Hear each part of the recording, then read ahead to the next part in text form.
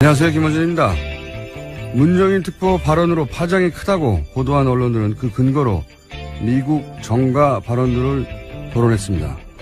예를 들면 전략국제연구센터 CSIS의 마이클 그린 부소장이 환경영향평가를 해야 한다는 발언에 대해 한국은 사드 배치를 위해 법적 절차를 서둘러야 한다고 했단 말을 들면서 큰일 났다는 식으로 보도를 했습니다. 자유한국당과 청와대의 정치 논평은 남극과 북극만큼 거리가 멉니다. 언론이라면 그 발언 당사자의 정치 성향, 한반도 문제에 대한 인식이 어떤지 그것부터 따지고 소개를 해야죠. CSIS는 군사 외교 분야 싱크탱크로 그 친일본적 성향이 잘 알려져 있죠. 부소장인 마이클 그린은 일본어에 능통한 대표적 친일 전문가로 아베 정부가 표방하는 강경대북 정책과 그 인식의 궤를 같이 하는 사람입니다.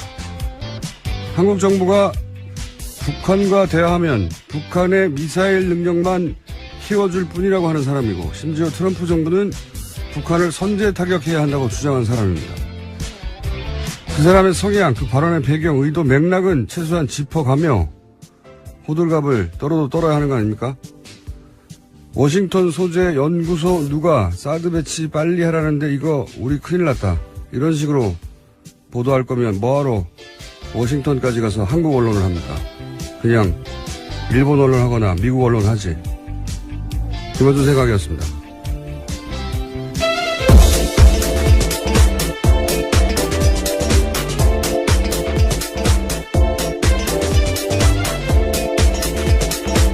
시사인의 김은지입니다. 저는 이 문특보 발언 내용과는 별개로 워싱턴발 기사가 평소에 문제가 많다는 생각을 합니다. 네. 잠깐 전에 얘기했던 그 마이클 그린 같은 사람은 유명한 사람이거든요. 아주. CSIS라는 그 싱크탱크가 유명하기도 하지만 거기도 친일본 성향으로 여러 번 성향을 드러낸 적이 있고, 이 마이클 그린이라는 사람 아주 유명해요. 일본어도 능하고 2014년인가요? 위안부 문제 덮으려고 일본군이 위안부를 강제 동원했다고 인정하고 사정했던 고노다마 있잖아요. 네네. 그 고노다마를 무력화시키는 조치들을 하죠. 아베 정부가.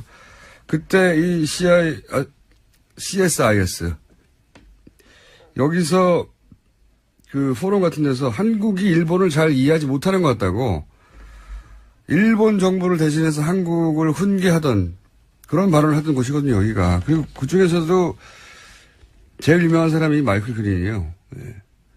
친일본적 발언을 하는 것으로. 이게 이제 일본 정부가 미국의 싱크탱크를 잘 관리해 왔기 때문이기도 하지만, 그러니까 우리 기자들 잘못은 아니죠. 이 성향을 그렇게 가졌다는 것이, 그 싱크탱크가. 그래도 그쪽 발 소식을 전할 때는 그 전후 배경을 얘기해 줘야 되는 거죠. 예를 들어 조갑재 씨가 문재인 정부 하는 거 보니까 대한민국 곧 망한다. 이렇게 발언을 했다고 치죠. 그러면 전문가들이 한국이 망한다고 생각해. 큰일 나. 이렇게 보다면 조갑재 씨의 이제 정치 성향이나 뭐 과거 발언이나 스탠스 이걸 빼고 그렇게만 보도하면 이게 제대로 된 기사가 아니잖아요. 마찬가지예요. 트럼프 좌충우돌하는 즉흥적인 성격 때문에 걱정하는 전문가들 많거든요. 한쪽 극단 발언만 싣고 큰일 났다. 이런 식의 워싱턴 보도 발 기사가 너무 많다. 네, 이거 한번 나중에 모아서 정리를 해볼까 합니다. 네. 문제가 많아요. 네. 네, 세계로 뻗어나가는 관심을. 자, 다음 뉴스는요? 네, 정유라 씨에 대한 두 번째 구속영장 기각됐습니다. 영장 기각 사유는 다음과 같은데요. 추가된 혐의를 포함한 범죄 사실의 내용, 피의자의 구체적 행위나 가담 정도, 그에 대한 소명 정도, 현재 피의자의 주거 상황 등을 종합하면 현 시점에서 구속의 사유와 필요성이 있음을 인정하기 어렵다라는 겁니다. 저는 왠지 기각될 것 같았어요. 왜냐하면 이 판사가 특검 마지막 영장이었죠. 이영선 행정관. 네, 권순호 부장판사죠. 그때도 기각됐고, 그리고 이분이 대표적으로 우병우 민정수석은 기각시키고 고영철 씨는 구속시킨 분이거든요. 납득하기 어렵습니다. 근데 이 그거는 저희가 3부의 양지를 변호사하고 한번 따져보기로 했기 때문에, 어쨌든, 기각되지 않을까 싶었는데, 기각됐군요. 네. 그 기각이 되긴 했는데, 검찰이 이번에 영장 청구하면서 새로운 혐의를 많이 포함했잖아요. 그죠? 네, 구속영장에 쓴 내용들이 조금씩 알려지고 있습니다. 정유라 씨가 최순실 씨 전화로 박근혜 전 대통령과 여러 번 통화한 적이 있다라는 게 검찰이 적시한 내용인데요. 뿐만 아니라 최순실 씨 모녀 등이 삼성을 통해서 비덱 스포츠로부터 1년 동안 받은 급여가 2억 9천만 원 된다라는 겁니다. 그 뇌물을 공유했다는 얘기고, 돈 네. 얘기는. 또 하나는 여러 번 통화했다는 거는 원래 박근혜 전 대통령이 이제 초등학교 이후로 본 적도 없고. 그렇죠. 이름을 바꾼 것도 모르고, 이름도 몰랐다는 거지, 바꾼 거를. 그리고 뭐, 교류도 없었다고 그렇게 주장해 왔는데, 통화하는 사이였다는 거죠. 그래서 참 이상하긴 해요. 왜 굳이 초등학교 이후에 못 봤다고 그럽니까? 예. 지인의 딸인데 그냥 통화했다고 해도 될 것을. 여하간 그렇지 않았다는 게 특검위에서 한번 밝혀진 것이고. 게다가 또 추가 증거도 나왔습니다. 정유라 씨 마필 관리사였던 이모 씨의 휴대전화기 압수해서 검찰이 봤는데 그 안에 정유라 씨가 덴마크 구치소에 수감돼 있을 때 손으로 쓴 편지가 사진 파일 형태로 여러 개 있었다라는 건데요. 그 내용들이 최순실 씨 비서 안모 씨에게 전달됐다고 합니다. 자필 편지에 대해서는요. 삼성의 예전에 다른 곳에 승마 지원했던 전례를 알아봐달라고 정유라 씨가 쓴 내용이 있다고 합니다. 2억 멀리 서로 떨어져 있는 감옥의 각자, 거기 이제 구치소에 각자 들어가 있는 모녀가 의논을 했다는 거네요. 서로의 비서를 통해서 편지를 주고받았을 가능성이 큰 거죠. 가능성이 큰 게 아니라 그런 물증이 나온 거 아닙니까? 여하간 이렇게 직접 갔다라는 건 아직까지 나오진 않았는데. 그렇군요. 예. 해외 도피고 한국에 돌아올 생각이 없었고 그리고 뇌물을 같이 공유했고 박근혜 전 대통령과도 통하는 사이다. 이런 것들을 봉합했으나 약간 기각됐다. 네, 심지어 몰타국적 취득하려고 했었죠. 네. 자, 사안은 저희가 3부에서 한번 따져보겠습니다. 다음 뉴스는요? 네, 또 관련해서 안종범 전 수석의 수첩 이야기 전해드린 바가 있는데요. 거기에 이상화 씨 전화번호 있었다고 알려드렸습니다. 네. 그래서 검찰이 추가로 이상화 전 본부장 불러서 관련 내용들을 물어봤는데요. 삼성 쪽에서 독일 계좌로 송금해 올 때마다 최순실 씨 요청으로 그때그때 보고했다라는 진술을 했다고 합니다. 이분이 독일 돈 심부름을 한 사람 아니냐. 네, 금고지기로 지목되고 네, 있습니다. 금고지기. 돈 심부름이라보다는 금고지기가 적당한 표현이겠네요. 근데 이제 이분이 한 일이 삼성으로부터 최순실 씨에게 입금이 될 때마다 최순실 씨에게 지점장이었는데 지점장이 개인에게 알려줬다는 거죠. 휴먼 알람인 거죠. 휴먼 알람. 네, 그렇죠. 예, 휴먼 알람인 것이고 휴먼 문자 통보 온 거죠. 이런 얘기도 했었죠. 최순실 씨가 이야기하니까 바로 청와대에서 전화와서 최순실 씨가 실세라는 걸 알았다. 그렇죠. 예. 이런 정황이 또 하나 나왔군요. 뭐, 앞으로 추가로 재판이 진행되면서 우리가 몰랐던 사실들이 많이 밝혀질 것 같아요. 네, 지금 재판 계속 진행되고 있습니다. 이재용 삼성전자 부회장 재판에서도 어제 새로운 주장들이 나왔는데요. 삼성 쪽에서는 말 소유권이 여전히 삼성그룹에 있고 삼성은 국가대표 승마단의 훈련을 지원하려 했던 것뿐이었다라는 식의 이야기를 한 겁니다. 개인적으로 가장 어제 나온 뉴스 중에 재미있는 뉴스입니다, 이게. 예. 삼성의 재미있는 반격이죠, 이게. 우리가 여러 번 저희 방송을 통해 소개한 말세탁. 그렇죠. 예. 말세탁에 대한 반박인 거죠. 네, 말세탁 아니다라고 반발한 건데, 주씨, 오랜만에 합니다. 왜냐면은, 다시 한번 기억을 되살리자면, 삼성이 삼성 소유 말 2마리를 말 장사한테 팔죠. 네. 그렇게 거래 하나가 있고, 최순실 씨가 말 2마리를 말 장사로부터 사죠. 네, 싸게, 아주 싸게 예. 삽니다. 그 거래 하나가 있고, 거래 2개가 있는, 겉으로는 2개가 있는 거래인데, 실제로는 삼성이 말 2마리를 말 장사에게 팔고, 허위로 매매 계약서를 맺은 뒤에 돈을 받지 않았다. 네, 잔금을 받지 않았다는 네, 단을 거죠. 받지 않았고, 그리고 최순실 씨는 이어서 새로운 말 2마리를 똑같은 말 장사한테 사면서, 새로운 2말의 가격 전부를 내는 게 아니라, 삼성이 돈을 받지 않은 그 2말의 가격을 뺀 차액만 지불했다. 그러니까 실제로는 삼성이 자기 소유의 말들 값을 최순실에게 준 것과 같죠. 네, 사실상 뇌물을 줬다라고 볼 수 있는 거죠. 네, 그 교환 계약, 그러니까 비밀 계약, 이게 증거다 하면서 특검이 이제 흔들었던 것이고, 근데 이제 어제 나온 삼성의 반격의 내용이 뭐냐면, 말 중개상과 매매 계약을 팔았던 계획이 있지 않습니까? 두 마리를 처음에, 최초에, 첫 번째 계약. 해제하고 말 소유권을 돌려받았다는 겁니다. 네, 그것도 올해 5월 말입니다. 예. 네. 말을 돌려받았다는 게 바로 원래 말 소유권이 삼성에 있었다는 증거 아니냐. 그럼 그게 증거가 되는지도 저는 의아하지만, 그리고 문제가 된 여기가 제일 재밌습니다. 문제가 된 말 세탁을 한 그 교환 계약. 이거는 삼성 모르게 최순실 씨가 말장사 몰래 맺었다는 거예요. 삼성이 속았다는 겁니다. 이게 굉장히 재밌는 반격이라고 생각하는데, 삼성은 물론 세계적인 기업이에요. 네, 이번에 2, 4분기 영업이익도 세계 1위예요. 애플 넘어서. 대단한 기업인데, 근데 이제 국내에서 이제 문제를 해결할 때 워낙 권력과 딜을 해서 해결하던 습성이 나와서 그런 건지, 이게 굉장히 우스운 답변이라고 생각하는 게, 지금 주장은, 삼성 주장은 최순실 씨가 삼성을 속이고 말장사 몰래 삼성말을 교환한 계약을 맺었다는 거잖아요? 네, 지금 그렇게 주장하고 있습니다. 예. 어제 갑자기요. 네. 근데 이게 최순실 씨 혼자 되나요? 말장사도 동의를 해야 되는 거잖아요.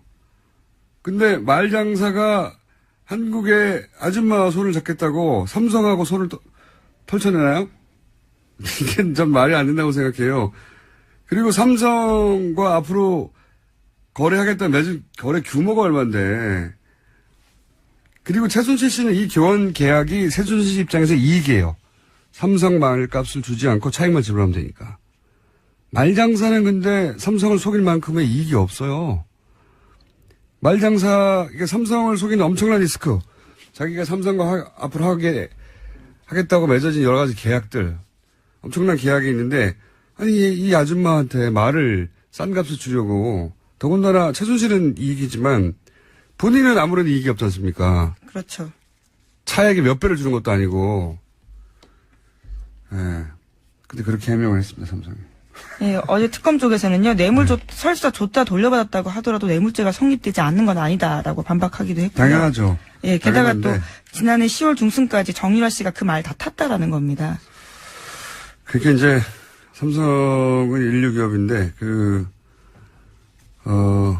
부회장을 구하려고 정말 머리 좋은 변호사들이 모여서 고육지책으로 만드는 놀린 거죠, 이게.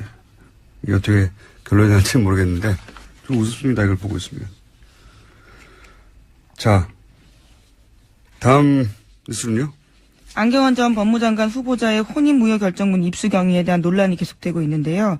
개인 실명까지 적힌 결정문이 국회 요청으로 8분 만에 어떻게 제공됐는지에 대해서 의혹이 제기되고 있습니다.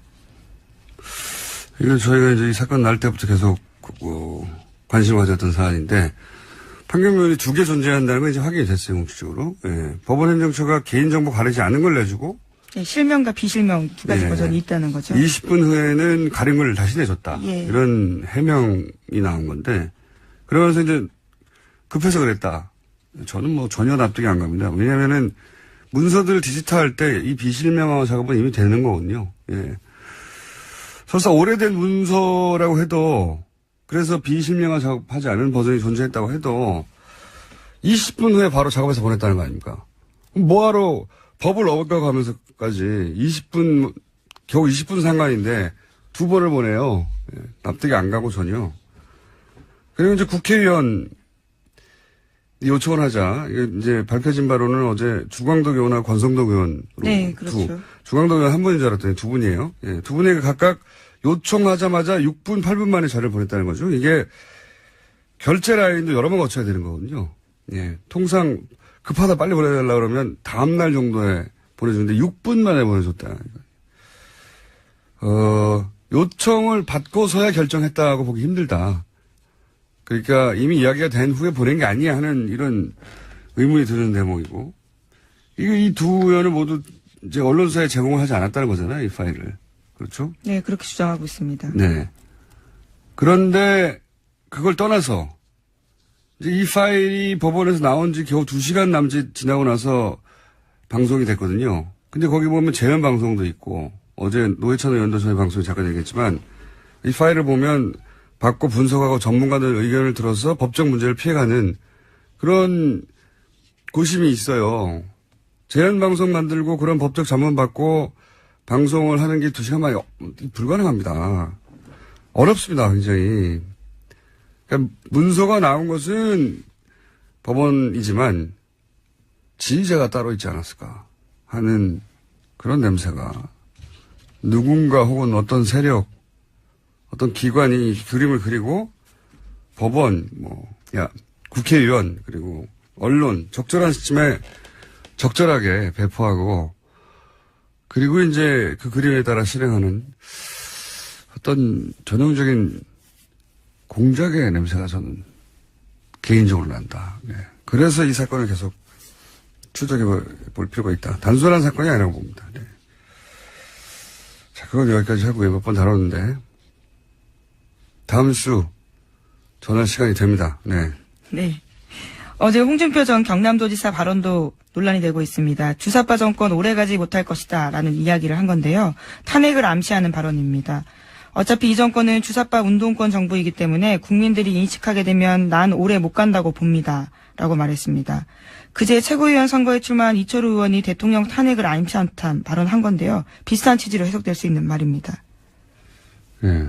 자유한국당의 이 돌파구를 대통령 탄핵으로 보는 것 같아요. 예. 그만큼 절박하다는 인식도 있는 거겠죠. 예. 지금 문재인 정부를 탄핵 정도 해야 본인들이 다시 영어로는 이분이 된다. 예. 지금 한 달 남짓 지났는데 탄핵을 얘기하면 누가 봐도 정상은 아니죠. 보수 지지자들이라 하더라도. 어쨌든 그쪽이 그만큼 절박하다고 해석할 만한 멘트들입니다. 이철우 의원뿐만 아니라 이제 홍준표 전 지사도 이런 얘기를 했으니 여러 사람이 할 공산이 크네요. 계속해서. 지금 지도부 선거가 있기 때문에요. 계속해서 네. 관련된 발언이 나올 가능성은 큽니다. 왜냐하면 이분들이 지금 지도급 인사이기 때문에 자유한국당에 이런 인식을 하고 있고 이런 인식만 하는 게 아니라 공개적으로 발언을 하고 있고. 예. 자, 다음 순요. 원비어 씨 사망 소식을 접한 문재인 대통령은 안타까움을 표하면서 유족에게 조전을 보내 위로했습니다. 대통령 명의로 조전을 보내고 청와대가 공식 입장 낸 것은 이례적인데요. 한미 정상회담 앞두고 미국 내 여론을 감안한 대응으로 보입니다. 다만 청와대는 한미 정상회담 의대는 아니다라고 밝히고 있습니다. 당연히 의제는 아니죠. 북한이 한 일이니까. 예, 안타까운 일인데, 이 일로 이제 한미 회담의 주도권 잃지 않으려고 하는 액션이기도 한 거죠. 예, 조전을 보내는 것도. 외교의 일환이라고 봅니다. 자, 다음 뉴스는요? 네, 미국 소식입니다. 러시아 스캔들에 대한 질문이 따라다니자 백악관은 급기야 브리핑 취재 막아버렸습니다. 매일 오후 방송사들이 중계하던 정례 브리핑을 지난주부터 촬영하지 못하도록 한 건데요. 이에 CNN이 반발하면서 영상 녹화는 끄고 음성만 보내자 백악관은 오디오 중계마저 차단했습니다.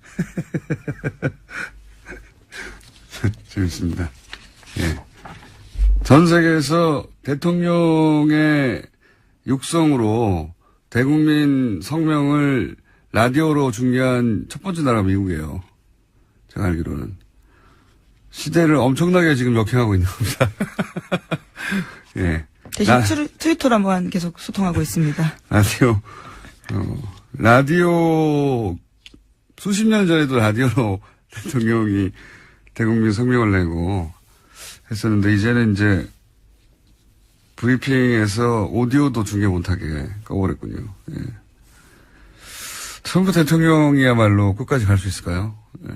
계속 얘기하지만 너무 이상한 일을 많이 하고, 물론 여기 트럼프 대통령 하는 일을 잘한다고 박수친 사람도 미국에 있죠. 정반대로 이게 도대체 말이 되느냐고 하는 사람도 있고요. 예. 근데 그 중에서 북한에 관해서는 트럼프 대통령조차 김정은, 만나겠다고 하는데 선제 타격을 하라고 한 사람 말을 따서 문정인 특보를 공격하는 거예요. 너무 웃긴 거예요, 사실은. 근데 우리 모르잖아요, 잘. 자, 그래서 제가 워싱턴 뉴스에 문제가 많다고 하는 거고요. 누굴까요? 이 문서 유출이라기보다는 그림의 설계자는 검찰일 수도 있고요. 법원일 수도 있고요. 당사자들이니까 국정원일 수도 있습니다. 여기까지 해야 될 것 같습니다. 지금까지 시사인의 김은지였습니다. 감사합니다. 문재인 정부는 인수위 없이 출범했죠. 대신 국정기획자문위원회를 운영해 왔습니다. 국정기획자문위원 위원장 더불어민주당 김진표 의원 전화 연결했습니다. 안녕하십니까, 위원장님? 네, 안녕하세요. 네, 다른 사안보다 먼저 국정기획에서 인사제도 개선을 위한 태스크포스 꾸렸다고 하는데 인사청문회 문제로 지금 아주 여의도가 시끄럽지 않습니까? 우선 현재 제도에 어떤 문제가 있다고 생각하십니까? 예, 지금까지 이제 운영되어 온 기준 중에서 병역면탈이라든가요, 부동산 투기, 세금 탈루, 이런 세 가지 부분에 대해서는 철저히 그 원칙을 지켜야 되고 철저히 그 잘못된 것을 가려내야 한다고 생각을 합니다. 네. 근데 이제 문제가 위장전입이라는 거요. 예. 이것이 2005년 장관들에 대한 청문회가 본격적으로 시작되기 전에는 우리 사회 대부분의 사람들이 별다른 죄의식이나 또 법법의식 없이 자녀들 교육을 위해서 또 뭐 여러 가지 직장 이전 등의 경우 그냥 통상 이 주소 불일치 행태를 보여왔거든요. 네. 그래서 이제 이 문제는 시점별로 좀 차등을 줘야지 옛날 행위 시에는 아무 의식 없이 했는데 이제 와서 다 그게 죄가 되고 잘못이 되는 것으로 받아들이니까 그 문제가 하나 있고요. 위장 전입 문제는요? 네, 그 다음에 이제 논문 표절 문제입니다. 이것은 2008년 교육부 가이드라인이 정비되기 전에는 우리나라 위원장님 지금 전화가 네네. 찍찍하는데 예. 네, 가까이 되겠습니다. 네네. 2008년에 교육부 가이드라인이 정비되기 전에는요, 우리나라나 중국이나 이 동양삼국, 일본 이런 나라들이 논문에 대해서 서구 사회보다는 굉장히 관대했습니다. 네. 그런데 이제 이것도 2008년 이전과 이후는 좀 구별해야 되지 않느냐. 하여간 이 위장전입과 논문 표절에 대해서는 고의성이 있느냐, 불법성이 얼마나 심각하냐, 이런 것들을 좀 사안별로 따져볼 필요가 있다. 그런 생각이죠. 왜냐하면 지금 현재와 같이 운영되는 기준을 그대로 적용하게 되면은 행위 시에는 별 문제 없이 다 똑같이 그렇게 해오다가 나중에 이제 우리 사회의 문화규범이나 도덕규범이 바뀌어서 그러면 그 바뀌어진 기준으로다가 모두 재단해서 그걸 가지고 문제를 삼게 되니까 과거에 전공 교체할 때마다 우리 사회의 소중한 인재들을 희생시키는 그런 문제가 있었거든요. 그래서 저는 이 사회라는 것이 존경받는 그런 원로 이런 사람들이 있어야 되는데 지금과 같은 기준을 너무 엄격하게 적용하면 모든 언론에서 이제 도덕적으로 큰 잘못과 죄를 진 것으로 비판받게 되면 과연 좋은 인재들이 나라를 위해서 봉사한다, 나라를 위해서 일하겠다, 이래서 장관하겠다는 사람이 과연 얼마나 될까 하는 그런 걱정도 있으니까요. 무슨 말씀인지 알겠는데, 근데 민주당이 야당 시절에는 사실은 이런 문제 가지고 또 지금 자유한국당, 새누리당 전신인 인사들을 낙마시키기도 했지 않습니까?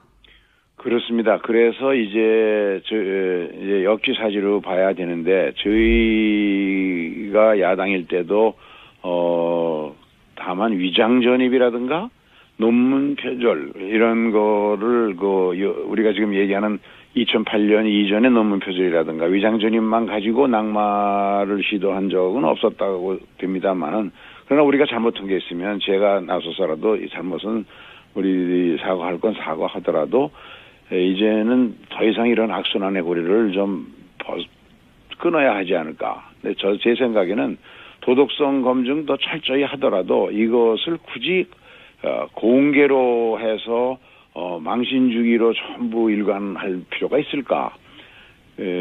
미국 같은 데는 도덕성 검증은 비공개로 하고요.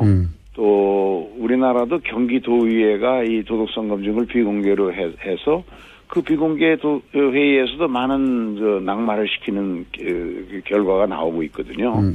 그런 점에서는 그것도 한번 제도 개선을 생각해 볼 때다 이런 생각입니다. 그러니까 이제 청문회의 내용을 도덕성 검증이냐 정책 검증이냐를 나눠서 도덕성 부분, 개인 신상 관련된 도덕성 부분은 비공개로 할 수도 있고. 네네. 그리고 지금 말씀하신 대로 이제 그 기준이 명확하지 않았던 시점 이전의 것들은 좀 달리 보자. 그렇죠. 그래서 얼마나 반복해서 여러 번에 걸친 행위가 있었나, 그리고 고의성이 있었나, 심각한 법규 위반이 있었나 이런 것들을 그 위장 전입과 논문 표절에 대해서는 그 시점을 기준으로 해서 과거에도 그렇게 적용을 해온 점이 있습니다만 좀 분명히 할 필요가 있다 하는 생각을 가지고. 그러면 이 태스크포스가 이 개선안을 언제쯤 마련해서 결국은 이건 법 개정으로 이어져야 되는 거 아닙니까? 언제쯤 마련되게 되는지부터 우선 궁금합니다. 저희 생각은 이제 저희 국정기획자문위원회가 7월 5일까지 끝나는 걸 목표로 지금 하고 있습니다. 그래서 그때까지는 다 결론을 내려고 하는데 이것은 국회 인사청문회에 관한 규정이나 법을 고쳐서 반영할 수도 있겠죠. 그런데 우선 이렇게 만들어지면 정부에서 새로운 그 기준에 따라서 앞으로 모든 인사의 검증을 새 제도로 하지 않을까 하는 생각입니다. 제도화하려면 결국 그 청문회 관련 법안을 수정해야 되는데 이게 야당과 합의가 될까요? 뭐 야당에서도 과거 정권을 운영해 본 경험 때문에 많은 사람들이 총리나 장관 인사에서 낙마되고 희생되는 그런 것이 더 반복돼서 안 된다는 의견을 개인적으로 피력하는 사람들은 많이 있습니다. 그래서 국회 운영위원회의 관련 규정을 고치든가 국회법의 규정을 고치면은 어느 정도 합리적으로 이게 인사청문회라는 게 결국은 국민의 눈높이에 맞추어서 기준을 만들어야 되는데 우리 사회가 통상 그렇듯이 대부분의 국민들이 눈높이에서 보면 지키지 않았던 것을 높이 요구해서 이제 낙마시킬 때 그것이 여러 가지 부작용이 생기니까요. 현실에 맞추어서 국민의 눈높이에 맞추어서 조정할 필요가 있다. 다만 이제 병역면탈, 부동산 투기, 세금 탈루 이와 같은 것은 더 엄격히 적용해야 되겠죠. 알겠습니다. 이건 태스크포스가 새로운 안을 내놓을 때쯤 다시 한번 연결해서 의논하기로 하고요. 말씀 듣기로 하고. 추경 문제는 어떻게 됩니까? 야당에서는 국회 일정을 전면 사실상 거부하고 있는데. 이 추경 문제는 대통령이 당선된 뒤에 갑자기 만들어낸 게 아니고 우리나라의 경제사회의 모든 문제가 일자리 부족에 기초하고 있고 좋은 일자리를 많이 만들어내는 일자리 대통령이 되겠다. 그런 위한 방법으로 취임하면 바로 일자리 추경을 내놓겠다고 선거 과정에서 여러 차례 국민에게 약속하고 그래서 대통령이 당선되고 첫 번째로 이 이제 추경안을 내놓은 거 아니겠습니까? 지금 그 청년 체감 실업률이 24% 통계청 발표가요. 그리고 현대경제연구원이 발표한 그 구직 포기자까지 포함하면 34%. 10명 청년 중에 서너 명이 아무리 이제 N퍼 세대라고 하지 않습니까? 청년들이.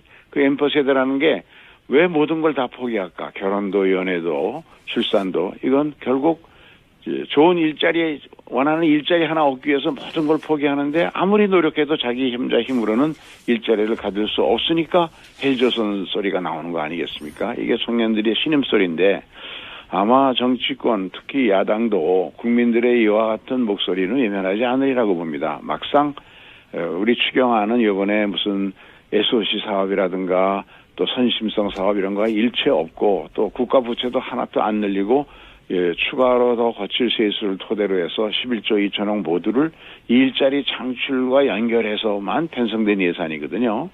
그런 점에서 그 청년들의 또 여성들의 노인들의 그 일자리에 대한 갈망을 야당도 외면하지 않으리라고 보고요. 심사가 들어가면 또 좀 태도가 바뀌지 않을까 이런 생각입니다.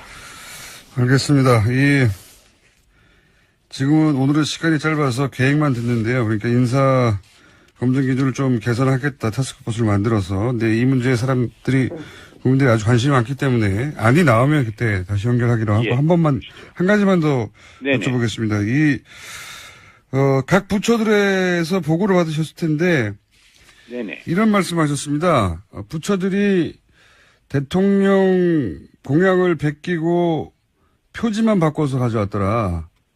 이게 어떤 어떤 이야기입니까? 초기에 이제 그 업무 보고나 이런 걸 보고안을 서면 검토를 해보니까 이게 사실은 뭐 어쩔 수 없는 현상이었죠. 보수 정권 9년 동안 이제 공무원들이 아무래도 보수 정권이다 보니까 기득권 계층의 이익을 지켜주는 걸 전제로 하고 모든 정책이나 계획을 수립하는 게 관행화됐었죠. 근데 이렇게 되면은 결국 어떠한 형태의 변화나 개혁에도 소극적이라는 것인데 새 정부가 촛불혁명의 요구에 따라서 촛불 시민들의 그 염원에 따라서 적폐를 청산하고 권력기관을 개혁한다든가 그리고 일자리를 만드는 것을 토대로 해서 고용과 그리고 또 성장과 복지가 함께 가는 그런 새로운 새 정부의 이 철학, 이 국정 운영 철학 이것을 가지고 많은 분야를 혁신하고 바꿔야 되는데 그거에 대한 것이 대통령 혼자 뜻으로 되는 건 아니죠. 손뼉이 마주쳐야 되니까 그래서 공직사회 협조를 요청하면서 제가 그런 이야기를 한 적이 있습니다만 동시에 우리 자문위원들이나 전문위원들 보고도 문제를 다룰 때 그 의식에만 앞서서 서생적 문제의식만 가지고 이걸 할 일이 아니고 상인적 현실 감각도 함께 가지고 가야 되고 어떤 경우에도 완장찬 정명군 행세는 해서는 안 된다라는 우리 스스로의 다짐도 또 함께 얘기했습니다. 그러나 그동안 이제 부처별로 한 서너 차례에 걸친 그런 그 업무 보고 또 과제별 토론회 이런 걸 통해서 지금은 적어도 그 정무직 공직자들, 국장급 이상들, 고위직들은 새로운 정부의 그 국정 철학에 관한 이해가 많이 확산된 것 같습니다. 앞으로 이제 정책 실행 계획을 만들고 이걸 집행하는 과정에서 국민 한 분 한 분이 정부가 바뀌니까 정말 일하는 스타일이 바뀌었구나. 공무원들이 일하는 자세가 달라졌네 하는 걸 느낄 수 있도록 일선 현장까지 새 정부의 국정 철학이나 국정 이 정책들이 전파되고 확산되도록 해야 하는 일이 우리 새 정부의 임무이고 또 우리 국정기획자문위원회가 의도하는 것도 바로 그런 것이다라고 말씀드립니다. 알겠습니다. 방송 문제 그리고 뭐 통신비 문제 제가 여쭤볼 게 많은데 아직 활동이 끝난 게 아니기 때문에 네. 오늘은 인사만 나눈 걸로 하고요. 네네. 저희가 7월 5일 날 활동이 끝나면 그때 스튜디오에 한번 모시겠습니다. 오늘 말씀 감사합니다. 네, 감사합니다. 네, 지금까지 더불어민주당 김진표 의원 국정기획자문위원회 위원장이었습니다.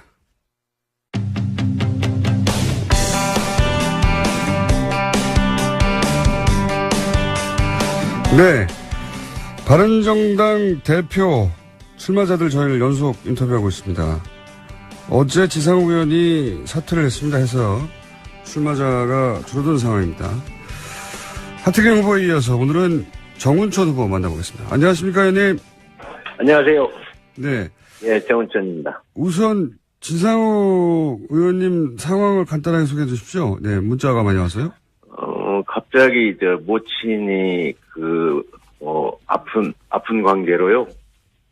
갑자기 이렇게 사퇴를 하게 됐는데 매우 안타깝고 모친께서 빨리 회복되시길 원합니다. 그런 상황이군요.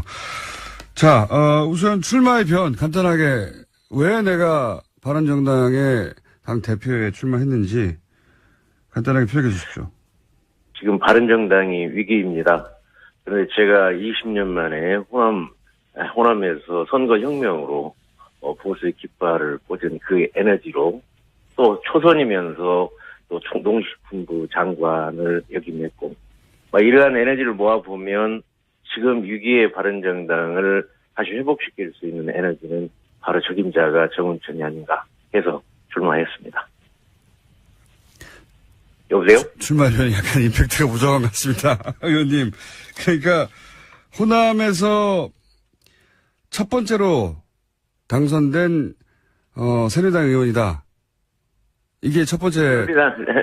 새누리당 의원으로 당선은 됐는데 보수의 불모지 지금 호남에서 유일한 대표가 이 정운천이고요. 예. 지금 보수가 괴멸되어 있는 상태에서 그 괴멸을 살릴 수 있는 것은 호남에서 시작해서 전국으로 퍼져나가는 힘이 있어야 보수의 혁신이 되고 거기에서 새로운 미래를 열 수 있다. 이렇게 보고 있습니다. 그러면 다른 분들 뭐 하태경 후보라든가 네. 다른 분들 이혜원 의원이라든가 그분들에 비해서 본인은 어떤 강점이 있기 때문에 그분들이 나왔음에도 불구하고 나오신 건지, 네. 본인의 차별점과 강점은 어디있습니까? 예. 지금 이번에 이제 우리 연찬회에서요. 예. 원내 문제는 원내대표가 선수회에 따라서 하고, 예. 바른정당의 당대표는 전국을 어우를 수 있는 예. 개혁적이고 또 실용적인 그런 당의 선수의 관계없이 한번 해보자. 그래서 오히려 초선이 새로운 개혁을 할 수 있는 출발점에서는 더 국민들한테 어필될 수 있을 것이 아닌가 저는 이렇게 보고 있습니다. 대답이 참 짧으십니다. 짧습니까? 네, 저희하고 인터뷰가 처음이시라 그러신 것 같기도 하고. 아니, 그게 아니고요. 예. 그게 아니고 말을 많이 하는 저는 말꾼이 아니고 일꾼이거든요. 단답형으로 딱 답을 하는 게 더 좋지 않겠습니까? 알겠습니다.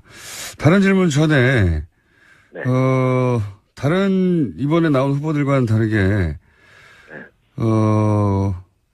의원님은 지난번 그 대거 바른정당 의원들이 대거 탈당해서 자유한국당으로 입당할 때 명단을 같이 올리셨던 적이 있지 않습니까? 그래서 제가 여쭤보지 않을 수 없는데 그때는 명단을 왜 올리셨고 그리고 왜 다시 남으신 건지 그걸 설명하셔야 당을 떠나려고 했던 사람이 이제 당 대표 나온다고 하는 거니까요. 네.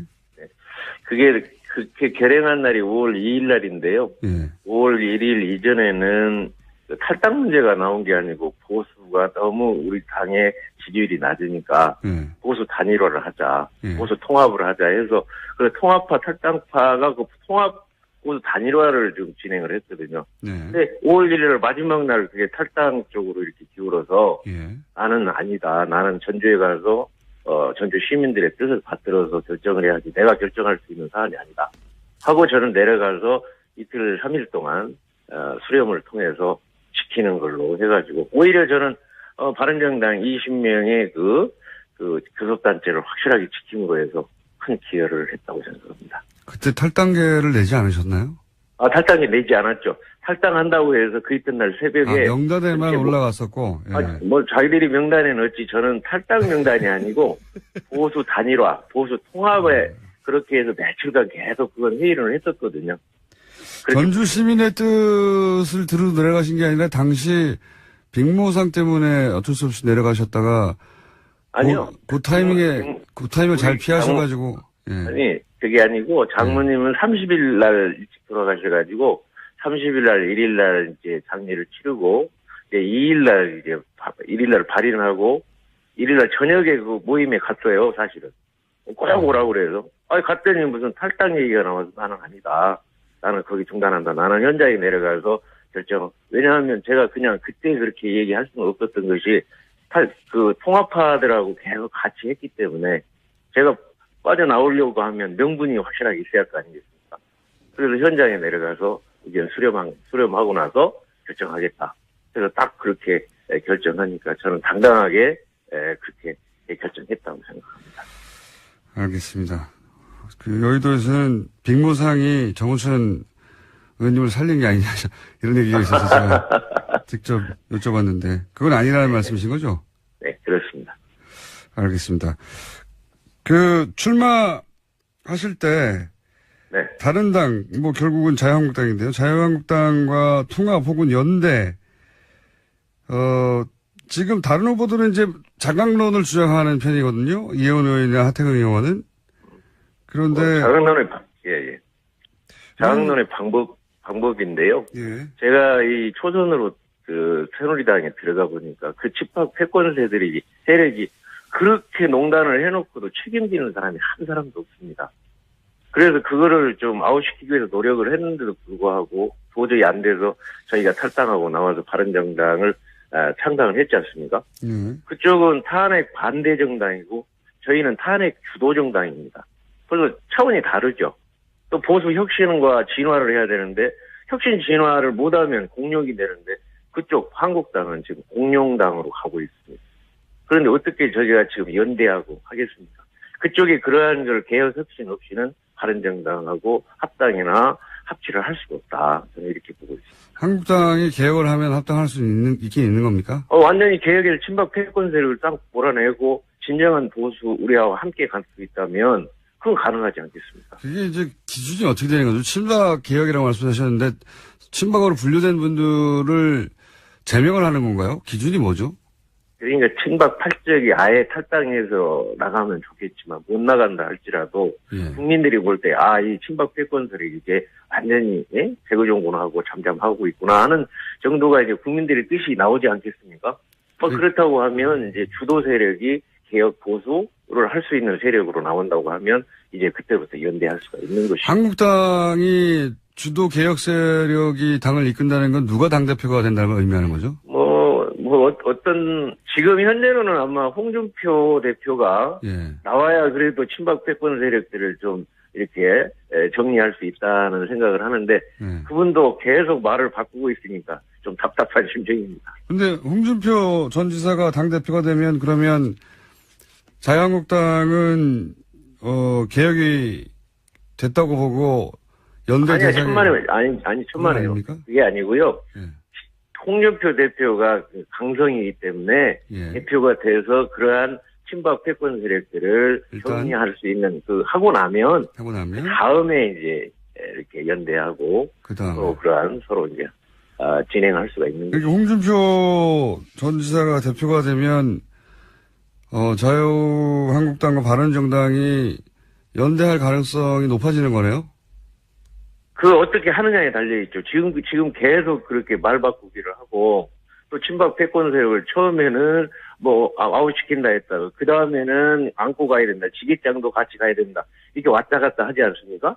그러니까 그거를 좀 확실하게 정리해서 신뢰가 가야 뭔가 서로 연대할 수 있지 않습니까? 그러니까 친박이라고 불리는 세력만 확실히 정리하면, 그 다음에는 그리고 그 적임자는 홍준표 전 지사고, 그렇게 홍준표 전 지사가 그걸 정리하기만 한다면 연대 대상이 될 수도 있다. 제가 말씀드리는 것은요. 예. 정말 국민들의 뜻, 국민들의 의지를 우리가 받드는 정당이 되어야 되는데 지금까지 보수 진보의 프레임 속에서 자기들의 이익만을 추구하는 패권 세력으로 갔어요. 근데 그 패권 세력이 이제 진정으로 국민을 위한 정당으로 그러한 모습들이 실천적으로 보여지고 국민들이 그걸 받아들일 때 자연적으로 저희와 그쪽이 합치든 뭐하든 하지 않겠습니까? 알겠습니다. 대표가 되시면 저희가 다시 한번 그 문제는 여쭤보기로 하고요. 국민의당, 호남이 지역구시니까 국민의당하고의 연대도 생각해 보셨을 것 같은데. 물론입니다. 지금 선진화법에 따라서는 180석이 중요합니다. 국민의당과 저희하고 연대하면 캐스팅 보트를 질 수 있습니다. 네. 따라서 국가 발전을 위해서 연대할 수 있는 방안은 찾아볼 생각입니다. 사안에 따라서 연대해가지고 국가를 위해서 국민을 위해서 좋은 일을 할 수 있는 거를 효과가 난다고 하면 그게 진행이 돼서 더 신뢰가 확대될 거고 그러면 이제 그 다음 단계가 더 진행될 수 있겠죠. 알겠습니다. 혹시 이제 연대를 넘어선 통합도 가능합니까? 물론 말씀하신 대로 계획이 전제돼야 되겠지만 자유한국당과의 통합 혹은 국민의당의 당대당 통합 혹은 일부 그 세력과의 합당 이런 거 가능합니까? 그런 구상도 있어요?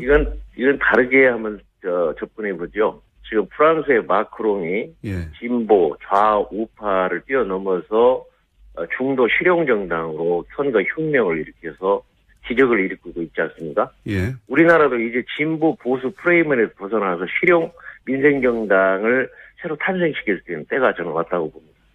그래서 오히려 연대하는 것은 그 목적이 실용과 민생 또 국민을 위한 것이라면 야당이든 여당이든 다시 말하면 한국당이든 민주당이든 또는 국민당이든 연대하자 이거죠.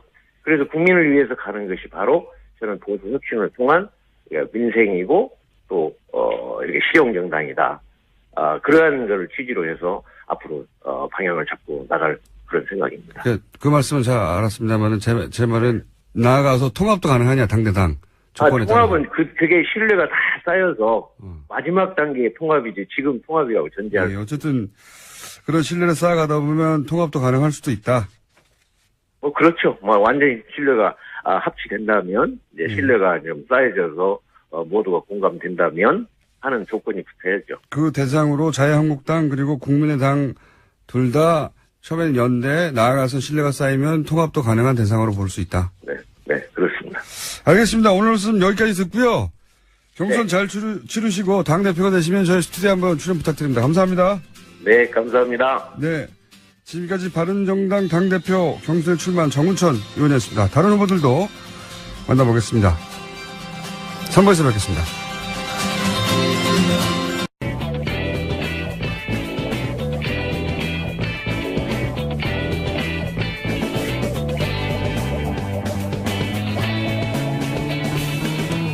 김어준의 뉴스 공장.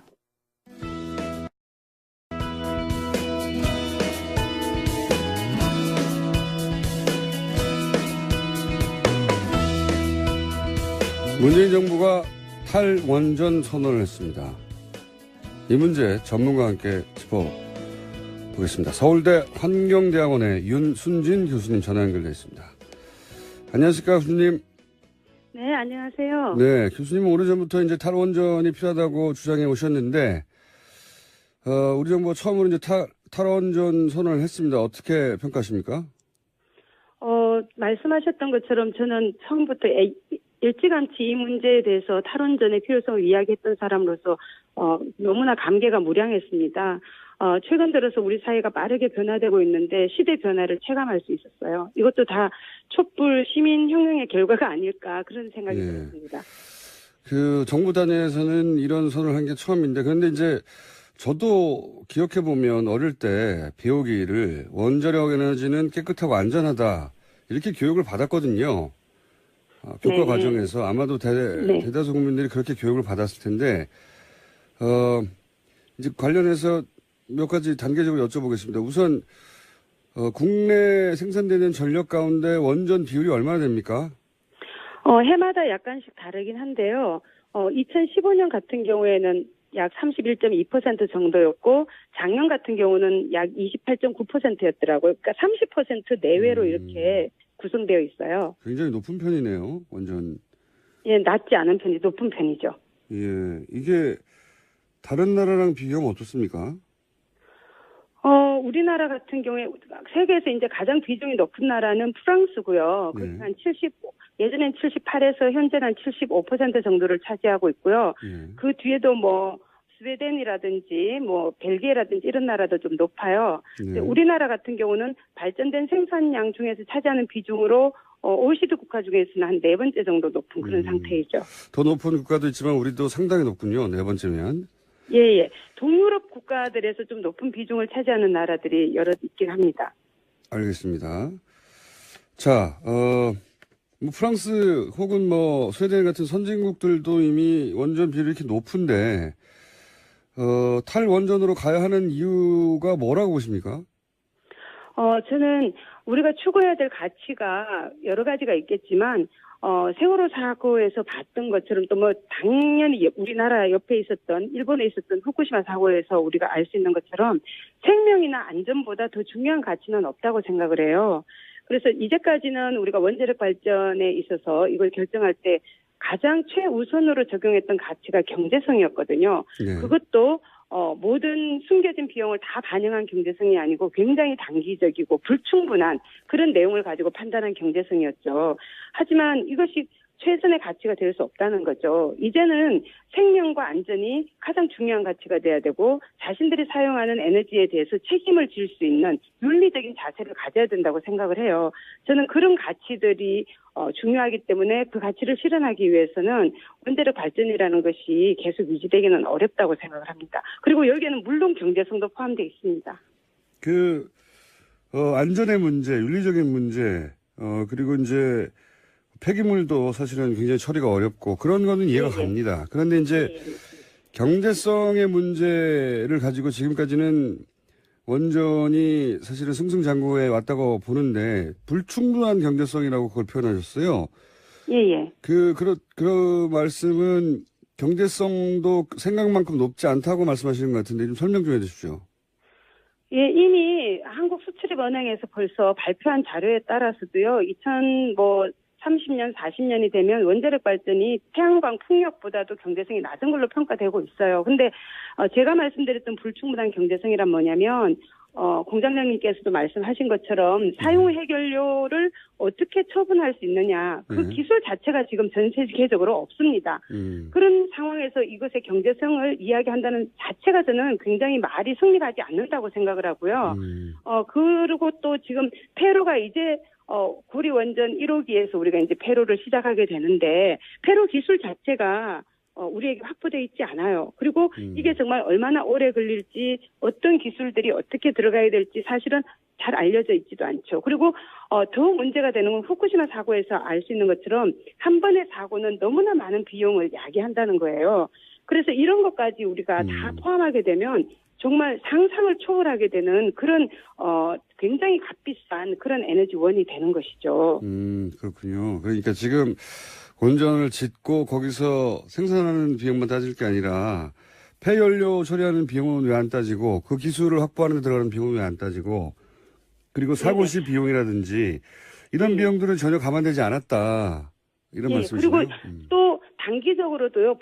이 위험 시설이기 때문에 사실은 보험을 가입을 하거든요. 근데 그 보험료 같은 경우에도 일정 수준 이상이면 국가가 책임을 져줘요. 그것도 그 사고가 난 호기수가 아니라 원자력 본부가 지금 4개로 되어 있는데 한 본부에서 사고가 나서 500억 원 이상의 어떤 피해가 발생하면은 그 이상 부분은 국가가 책임을 져주기 때문에 사실 보험료 산정에 있어서도 그 수가가 굉장히 낮게 잡히는 거죠. 그래서 그런 상황이 아닌 경우하고 비교해 봤을 때는 지불하는 보험료 자체도 굉장히 낮습니다. 하긴 또 생각해 보니까 방패장 때문에 우리가 치렀던 사회적 비용까지 생각하면 사회적 비용, 그러니까 비용 문제가 불충분하게 산정되었다. 이 말씀은 이해가 갑니다. 예, 또 있는 게요. 원자력 발전은 대규모 시설이거든요. 그래서 생산지하고 소비지가 사실 또 위험 시설이고 해서 굉장히 많은 인구가 살고 있는 도시 바로 인근에는 세워질 수가 없습니다. 그래서 먼 거리에 세워서 이걸 대도시로 소비지로 갖고 오는 거죠. 그 과정에서 송전 시설이 당연히 필요한데 이것이 야기하는 제대로 된 그 비용 또 사회적 비용 이거는 우리가 제대로 지불하지 않고 있습니다. 지금 송전탑이 들어서게 되면 그 지역의 재산 가치가 3분의 1 이하로 떨어지고 거래 자체가 되지 않거든요. 그래서 이런 것들은 원자력 발전만을 위해서 필요한 시설은 아니지만 원자력 발전이 우리가 있으면 당연히 필수적으로 들어가야 되는 시설이거든요. 이런 부분의 경제성도 또는 사회적 비용, 환경 비용도 제대로 반영이 안 되어 있는 거죠. 알겠습니다. 그런 비용을 의도적으로 감안하지 않고 전기 생산 비용을 원전의 전기 생산 비용을 산정한 것이기 때문에 불완전하다 하신 것 같고. 그런데 이제 이런 문제 있습니다. 후쿠시마도 사고 때문에 원전을 중단했다가 에너지가 부족해서 다시 원전을 가동하는 정책으로 돌아섰다고 하고 영국도 원전을 다시 짓기로 했다고 하고 이런 걸 보면 여전히 원전의 경제성이 더 높은 거 아닌가요? 혹은 원전의 안정성, 불안정성을 너무 뭐랄까요? 과장된 게 아닌가 이런 생각도 할 수 있는데. 제가 볼 때 그런 문제는요. 경제적인 문제가 아니라 정치적인 문제라고 생각을 해요. 예를 들면 일본 같은 경우에도 아베 정권이 들어섰을 때 전체 투표율 자체가 20%가 되지 않았거든요. 저는 그때 당시에 일본 국민은 원전을 재개하는 것에 대해서 굉장히 많은 90%가량의 아마 국민이 반대했을 거예요. 그럼에도 불구하고 정치적으로 그것을 드러내지 않았다는 거죠. 그리고 특히 일본 같은 경우에는 우리나라에서 원자력 마피아라는 말이 있는 것처럼 원자력 촌이라는 개념이 있어요. 그래서 정치인과 이 원자력계가 굉장히 강력하게 연결이 되어 있고요. 그런 문제들, 그러니까 이거는 정치적으로 이것을 제대로 제어하지 못했기 때문에 발생하는 문제라고 저는 생각을 해요. 그리고 예를 들면 일본 같은 경우에는 지금 태양광 발전이 굉장히 빠르게 늘어났는데 이것은 한 나오토 총리 시절에 발전 차익 보전 제도라는 것을 만들었기 때문에 그걸로 가능해진 거거든요. 그리고 영국 같은 경우에도 제가 얼마 전에 영국을 방문했는데 거기에 있는 학자들하고 이야기해 보니까 제가 이해가 안 됐어요. 그 영국의 원자력 발전 건설비가요. 다른 나라 평균에 비해서 10배 이상 높습니다. 그래서 어떻게 이런 게 가능할 수 있는지 제가 질문을 했더니 정치적인 문제라는 거예요. 경제적인 문제가 아니라. 그러니까 그 정치적인 문제는 군사적인 문제까지 결합이 되어 있어요. 지금 전 세계적으로 민간 원자력 발전실을 계속 유지하려는 그런 국가들, 지금 말씀하신 영국이나 또 미국도 오바마 정권 아래서도 이게 조지아에 있는 게 허락이 됐거든요. 네. 그리고 중국, 러시아 이런 나라들은 다 핵무기 보유국들이에요. 이런 나라들 같은 경우에는 그런 기술들을 계속 유지할 필요가 있고 플루토늄을 계속 생산할 필요도 있죠. 그래서 이런 것들은 단순히 경제성의 차원이 아니고 정치적인 차원, 군사적인 차원하고 연결이 되어 있습니다. 그리고 또 저런 것도 있습니까? 원전 발전소를 짓게 되면 워낙 막대한 비용이 들어가기 때문에 마치 정치와 건설 쪽에 결탁이 있듯이 그런 세력 간의 결탁도 있을 수 있다. 이 부분도 있나요?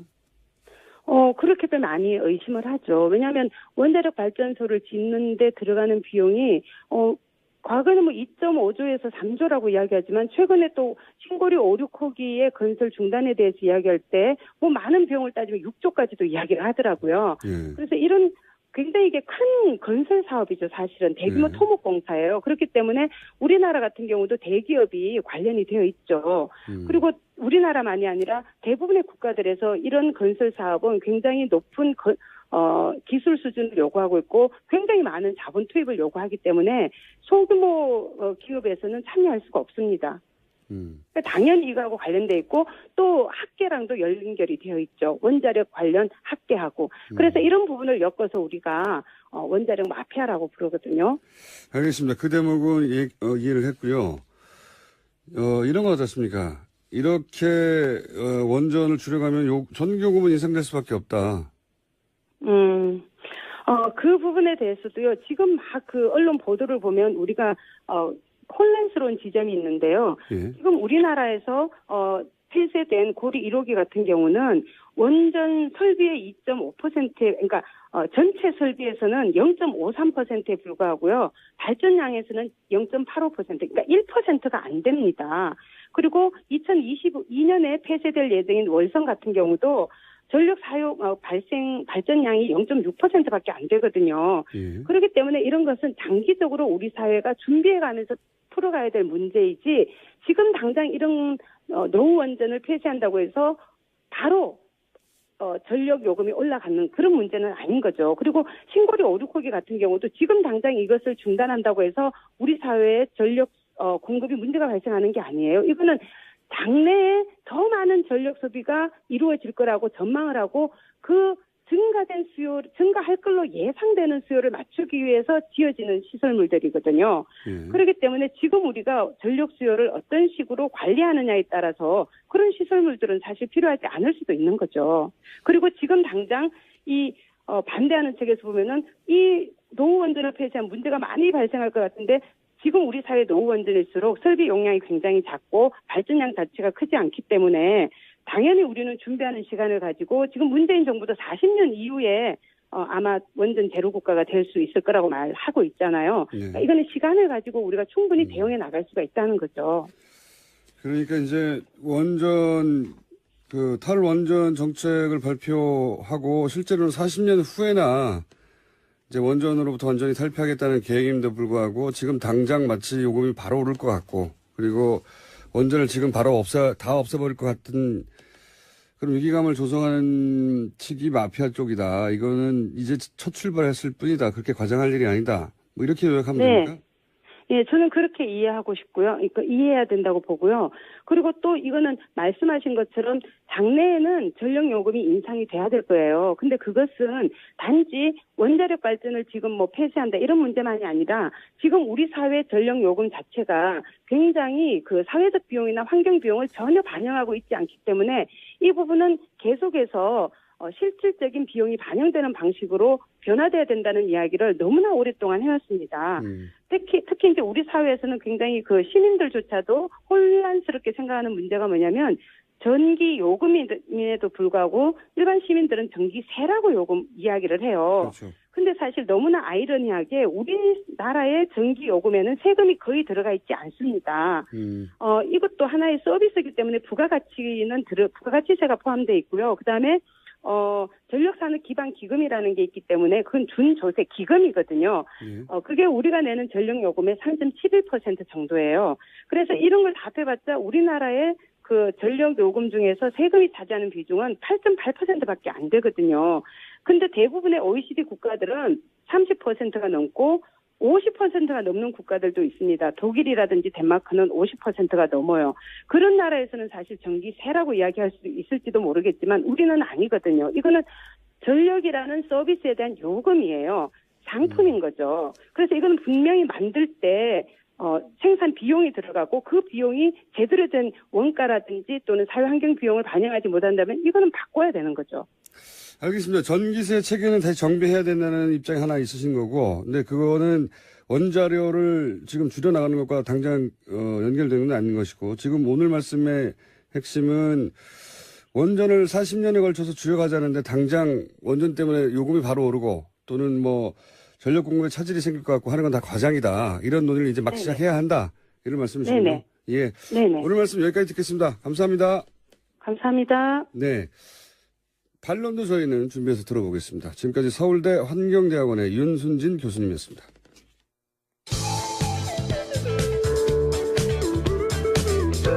뻔한 시사는 아무 데서나 들을 수 있습니다. 다른 뉴스 김어준의 뉴스 공장.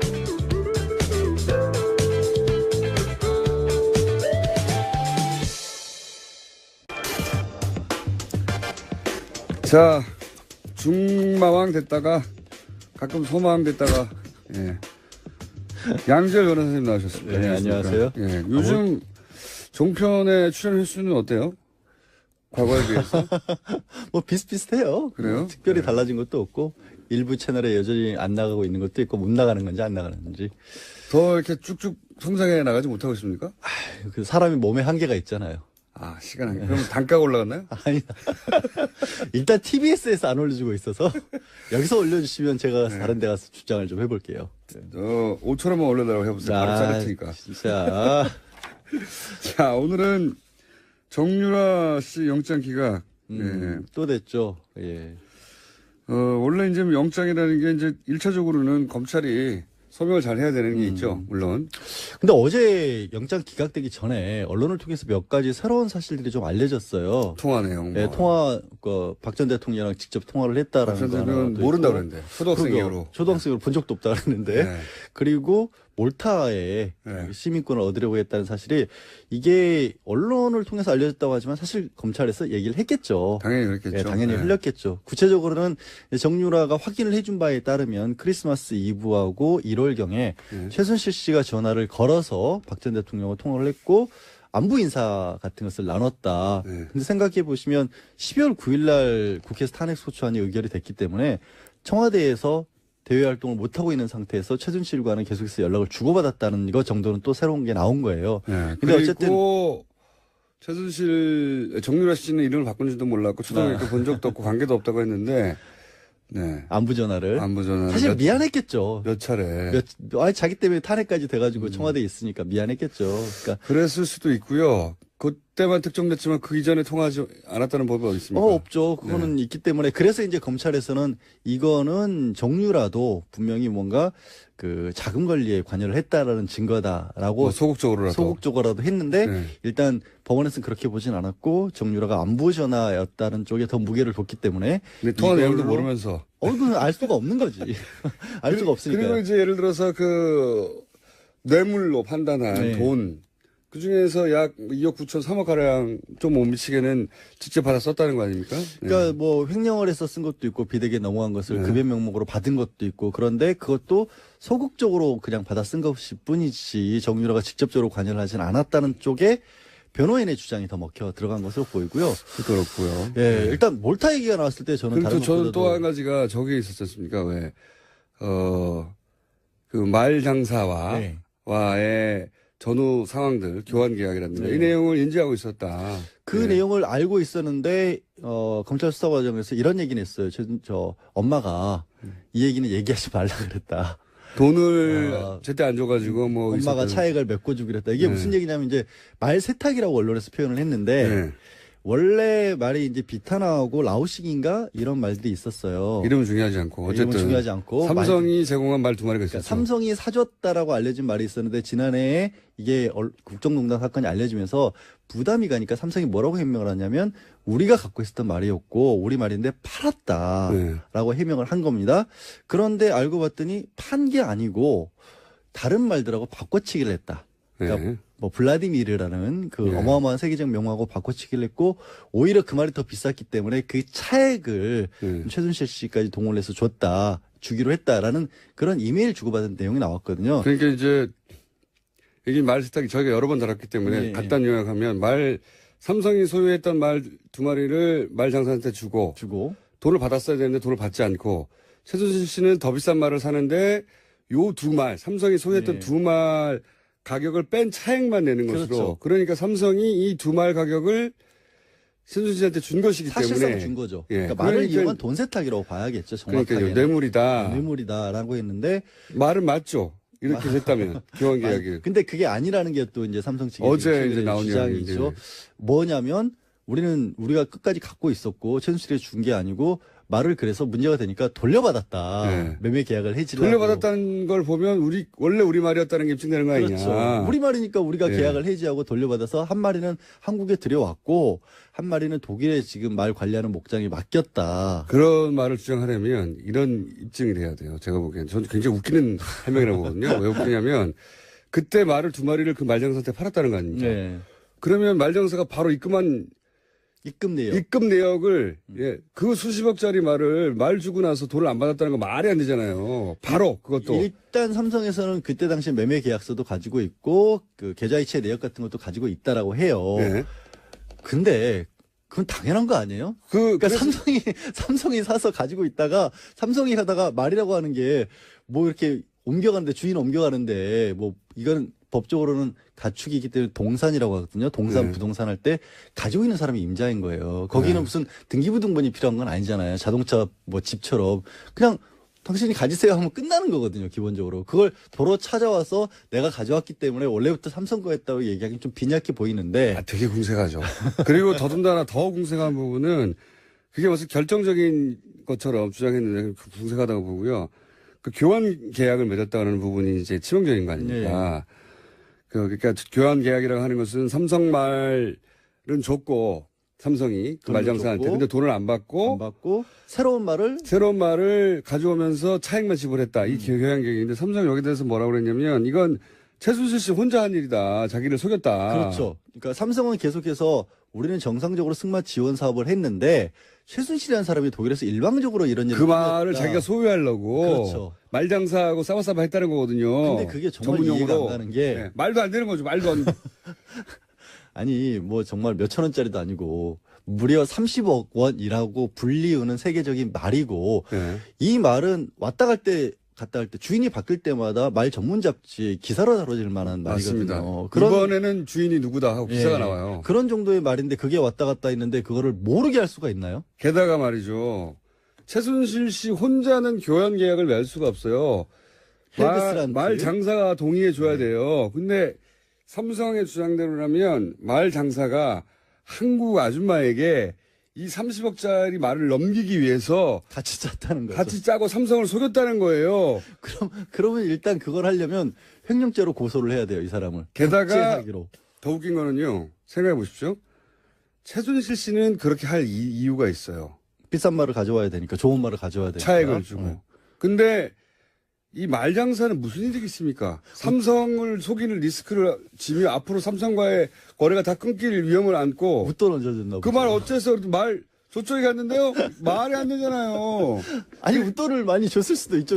아니 그러면 그 차액이 어마어마하게 있어서 그 차액이 어마어마하게 받았다는 증거가 있다든가 말장사는 서로 차액을 좀 더 받았다 하더라도 삼성이라는 세계적 기업하고 최순실 씨하고의 계약 두 사이에 비교를 하자면 삼성의 편을 철저하게 들거나 당연하죠. 부합되게 행동해야지. 그걸 삼성을 속이고 이 아줌마 혼자 하고 말도 안 되는. 대한승마협회 회장사를 버리고 최순실이라는 한 사람과 붙어서 말을 더 한 이익을 국가의 하기 위해서. 회장사이자 전 세계적 기업 아닙니까? 그러니까요. 근데 어쨌든 이제 이런 부분도 정유라가 알았다, 관여를 했다라고 이제 검찰에서는 주장을 했는데 그 부분도 받아들여지지가 않았고 제가 또 검찰 하나 주장은 다 받아들이지 않았어요. 하나 또 나온 게 이제 몰타와 관련된 부분이 나왔잖아요. 네. 몰타라고 하는데 이탈리아 밑에 있는 섬나라 조그만 6개인데 거기 시민권을 얻으면 EU 시민권을 얻으니까 그렇죠. 굉장히 편하거든요. 어느 나라나 갈 수 있지. 그래서 이제 돈이 정말 그러니까. 많으신 분들은 그 시민권 많이 따요. 한 12억 들이면 할 수 있다고 그래요? 그러더라고요. 투자이민도 할 수 돈도 있고. 밀렸어요. 여행 다니기 그러니까 좀 출연료를 TV에서 올려주시라고요. 여행 다니기 좀 편하게. 근데 그 얘기도 어쨌거나 정유라 씨가 직접 손으로 써서 보낸 편지에 들어있었다라는 것까지 나왔는데 그래서 저도 그게 사실이면 실제 가능성이 있다. 이게 그렇죠. 정상적으로 투자 이민을 하는데 12억 정도가 드는 거기 때문에 급박한 상황에서 하게 되면 훨씬 많은 돈이 들 수도 있고 그러면 정유라가 직접 관리하는 돈도 있었을 것이다라고 생각을 했는데 네.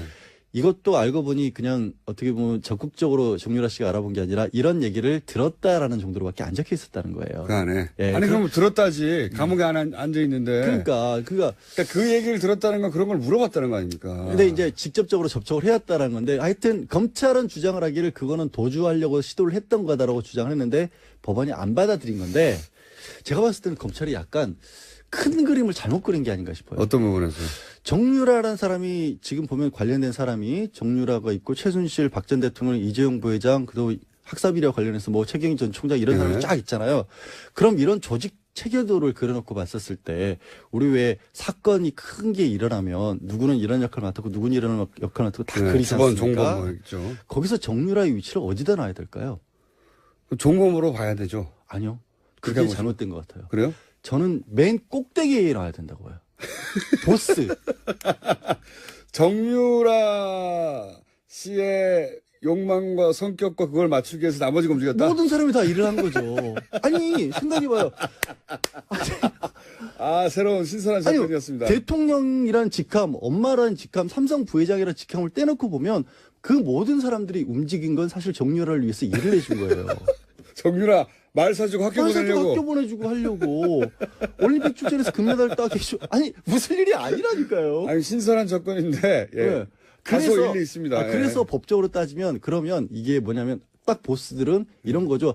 구체적인 사항을 지시하진 않지만 내가 필요한 것은 무엇인지 정도를 그래서 알려주는 거예요. 그림을 그릴 때 정유라 씨를 꼭대기에 놔요. 꼭대기에 넣고 다 지시한 사람으로 그래서 교사복으로 접근을 해야 돼요. 교사범으로. 그런데 아니, 정유라 씨가 어. 30만 됐어도 그 자리에 놓을 수 있을 것 같은데 아니 10대 후반부터 시작된 거 아닙니까 이게. 근데 그게 그렇게 본인은 원하지 않고 떠밀렸다고 하지만 이런 거죠. 예를 들어서 아까 그 말 있잖아요. 네. 수사를 할 때 교사범으로 접근하면 어떤 방법으로 물어봐야 되냐면 그 말을 바꾸는데 전에 비탄하란 말 원래 처음에 삼성에서 하셨던 말이 싫었어요? 그럼 나 그 말이 사실 내가 타기에는 좀 컸다거나 그래서 싸구려라 싫었다. 정유라 씨의 의사가 다 이런 범죄에 반영되고 움직일 수 있게끔 나왔다. 그게 나오면 교사범으로 접근을 해야 돼요. 그러면 이게 오히려 제가 보기엔 가능해요. 말이죠. 양질 변호사님이 검찰이 되면 신선한 접근으로 칭찬받고 다 기각될 것 같아요. 가능하다니까요.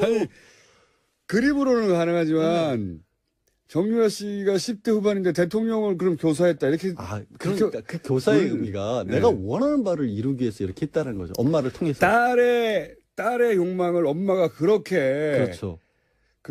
뭐랄까요 대통령을 동원한 거죠. 동원하여서까지도 만족시켜주고 싶은 엄마가 교사범이 되는 게 맞는 거죠. 총책이죠. 총책 엄마는 총책이고 실제 보스는 정유라인 거죠. 사이코 드라마에서는 그렇게 재현할 수 있을 것 같은데 무대 위에서는 제가 보기엔 정신치료를 위해서는 법정에서는 안 될 것 같고 엄청 답답하면 제가 이런 얘기 하겠어요. 제가 볼 때 이 기각의 가장 큰 문제는 제가 보기에는 최순실 게이트가 더 이상 수사할 필요 없을 정도로 이미 특검에서 충분히 수사되었고 법정에 가 있는 혐의들만 제대로 밝히는 것으로 충분히 끝났다라고 판단하느냐 아니냐의 문제인 것 같아요. 저는. 선을 거기까지 이제 그만하자. 이 정도에서 마무리 짓자. 지금 영장실질심사 판사님은 법대로 했다. 자신이 알고 있는 법대로 엄정하게 했다라고 할 수 있을지 모르겠으나 법이라는 게 무주 속에 진공에 존재하는 게 아니잖아요.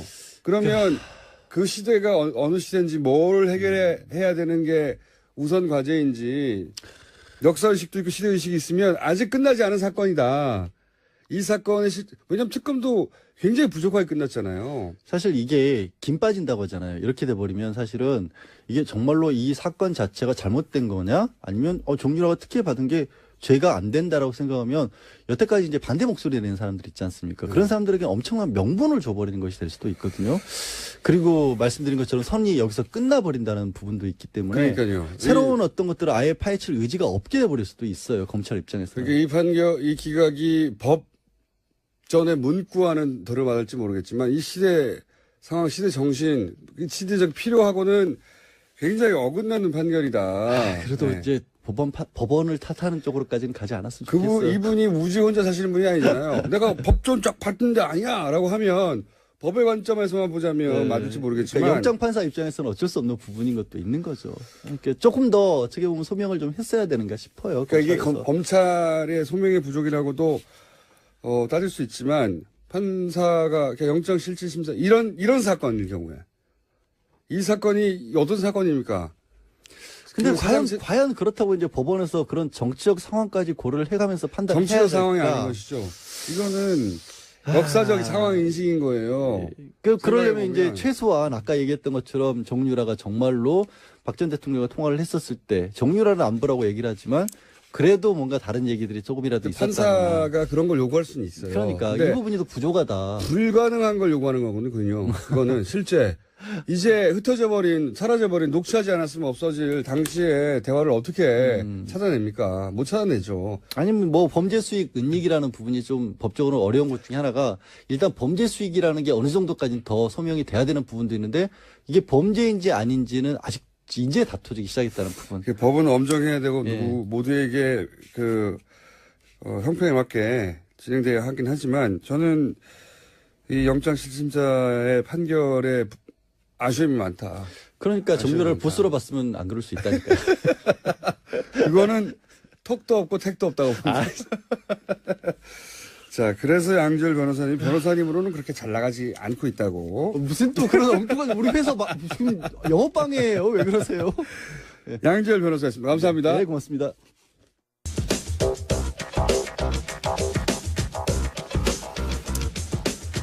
자, 시사와 과학을 붙여놓은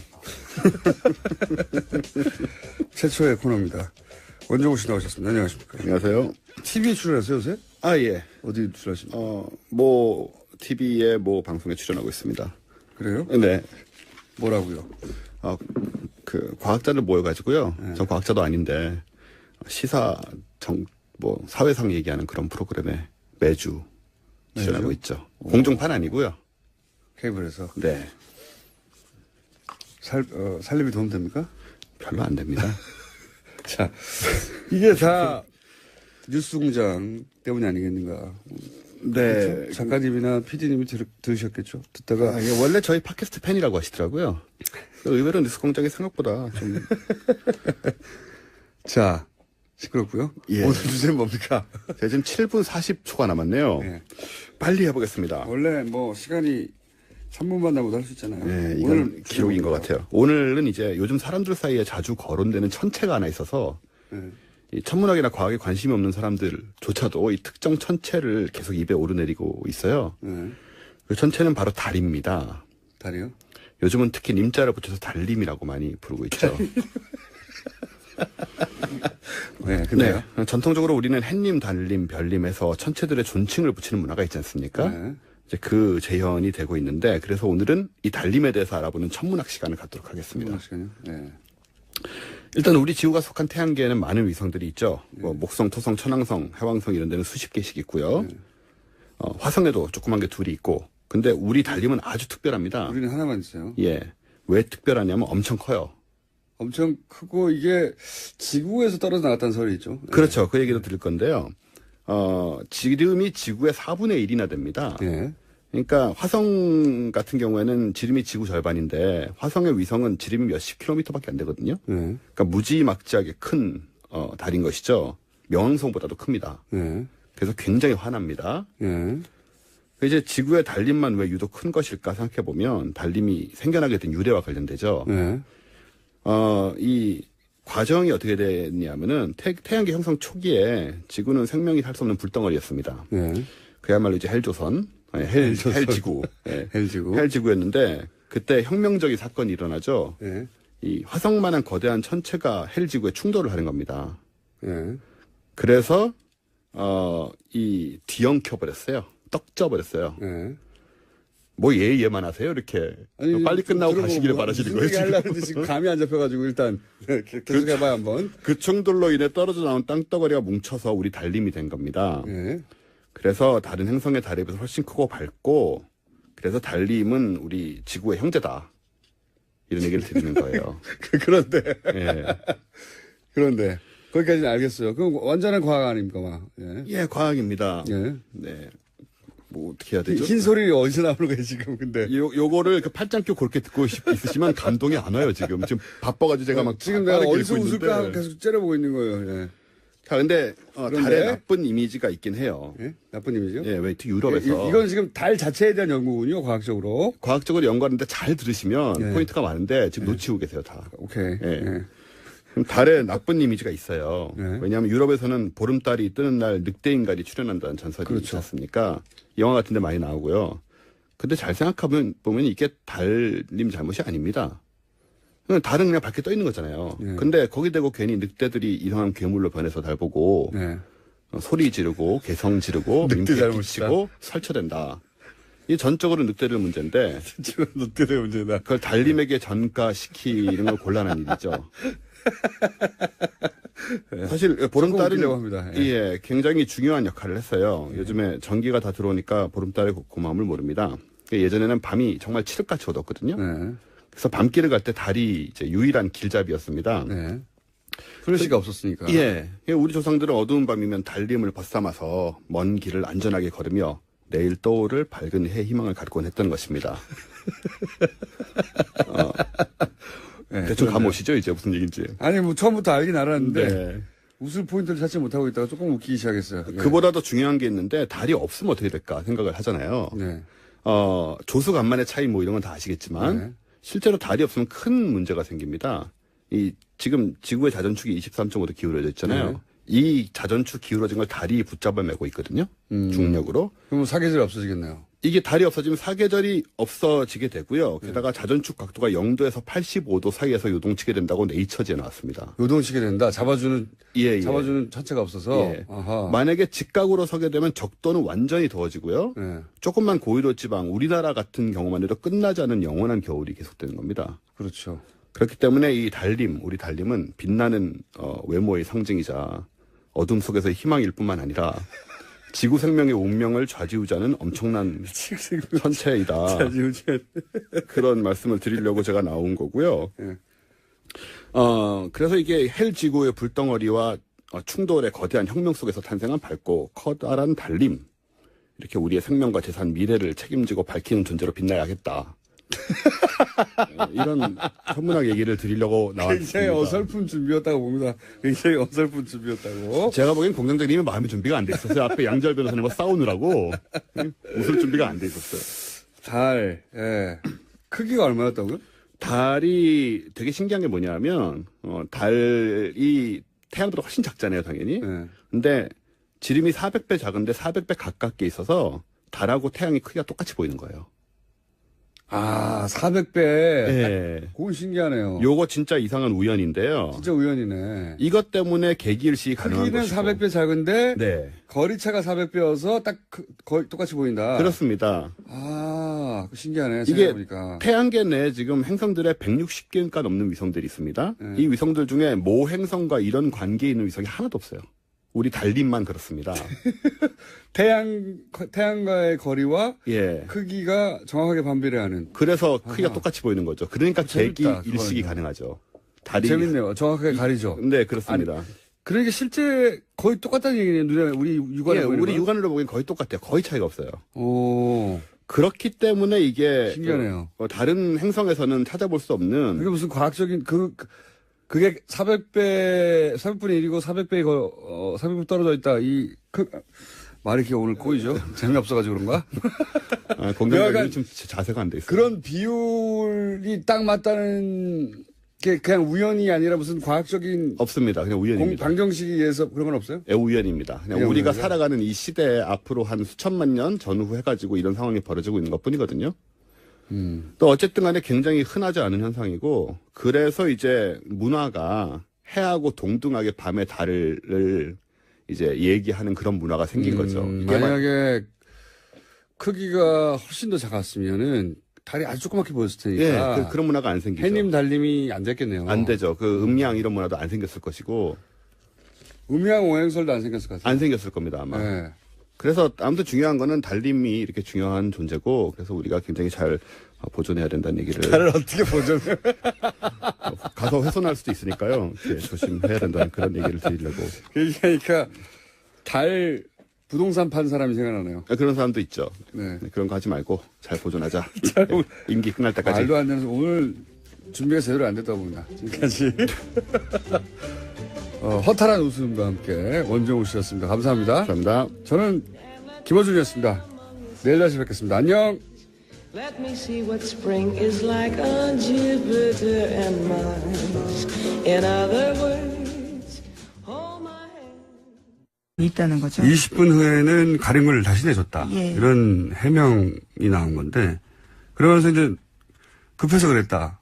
저는 뭐 전혀 납득이 안 갑니다. 왜냐면은 문서들 디지털할 때 이 비실명화 작업은 이미 되는 거거든요. 예.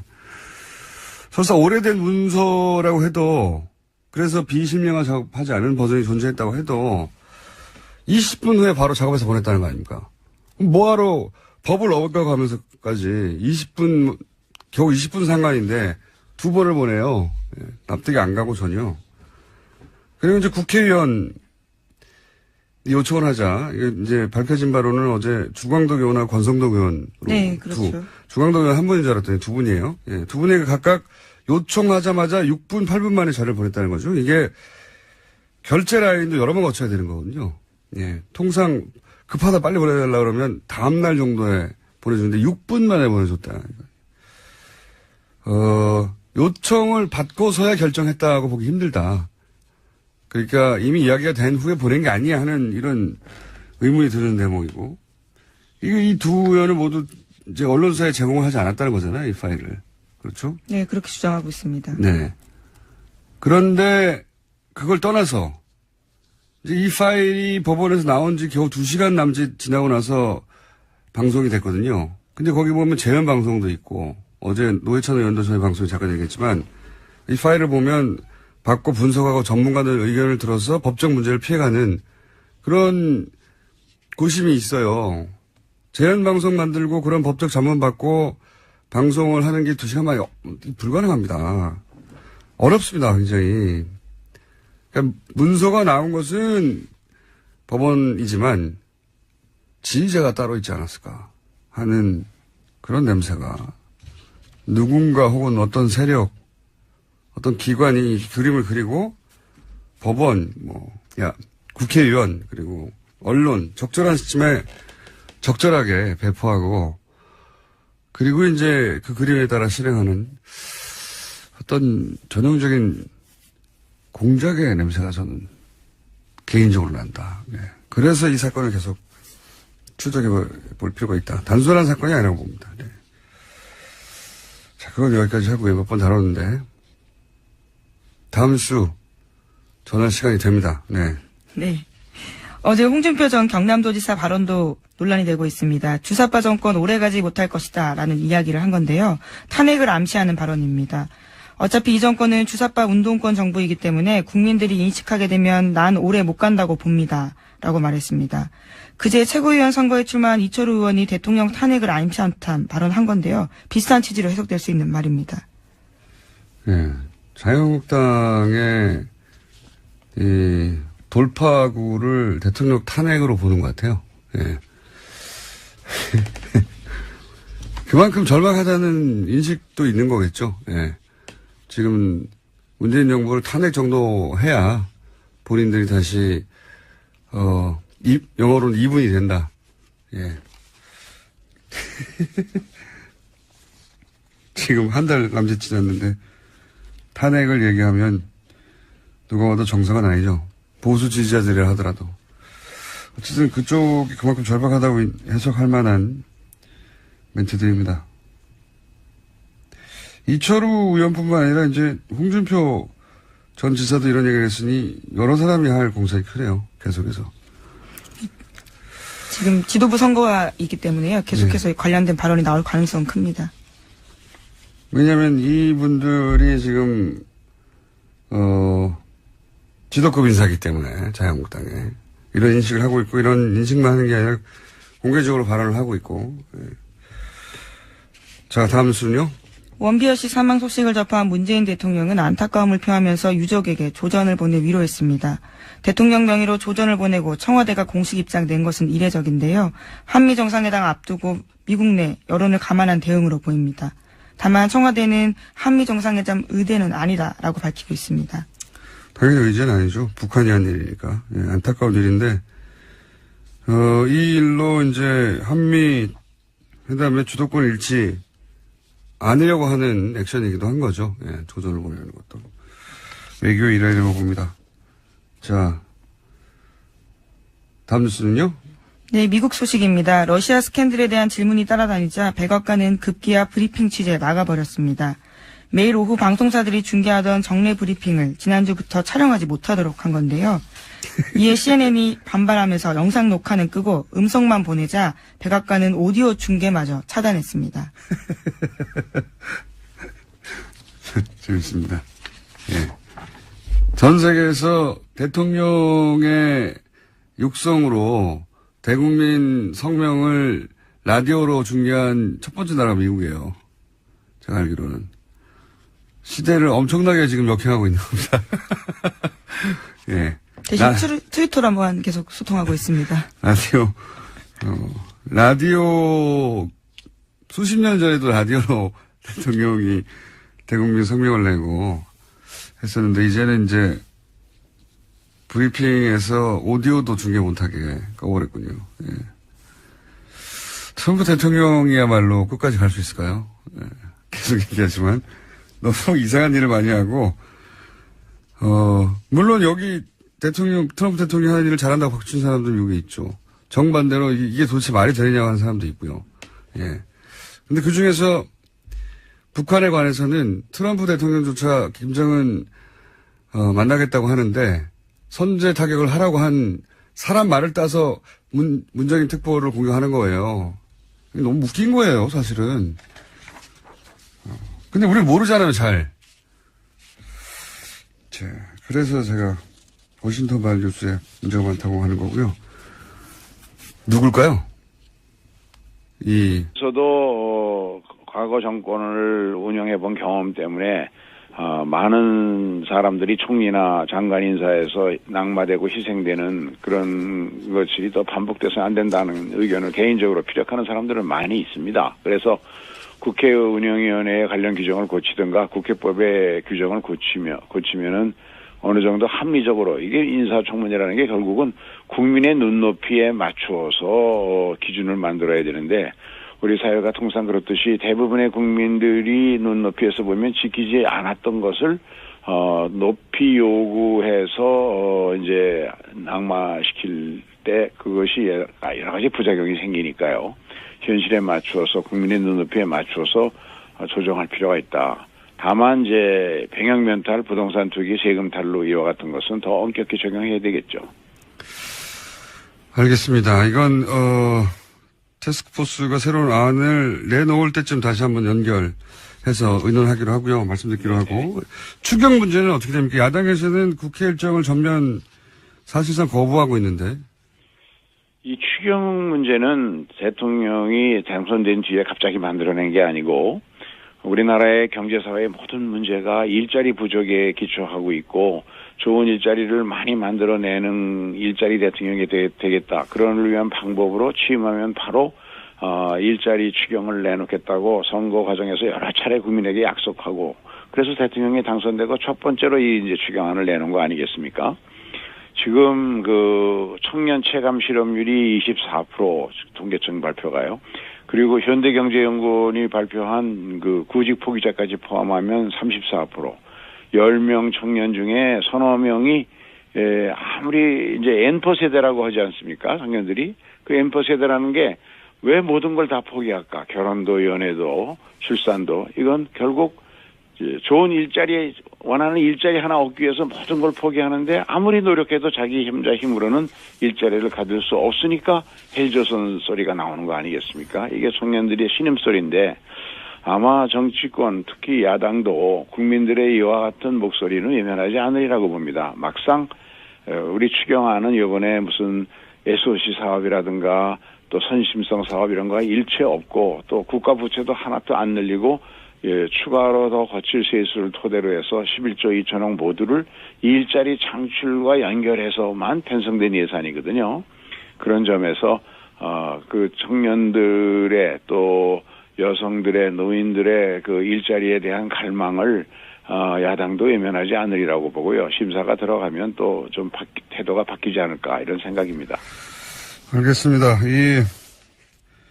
지금은 오늘은 시간이 짧아서 계획만 듣는데요. 그러니까 인사 검증 기준을 좀 개선하겠다 타스크포스를 만들어서. 근데 이 문제에 국민들이 아주 관심이 많기 때문에 안이 나오면 그때 다시 연결하기로 하고 한 가지만 더 여쭤보겠습니다.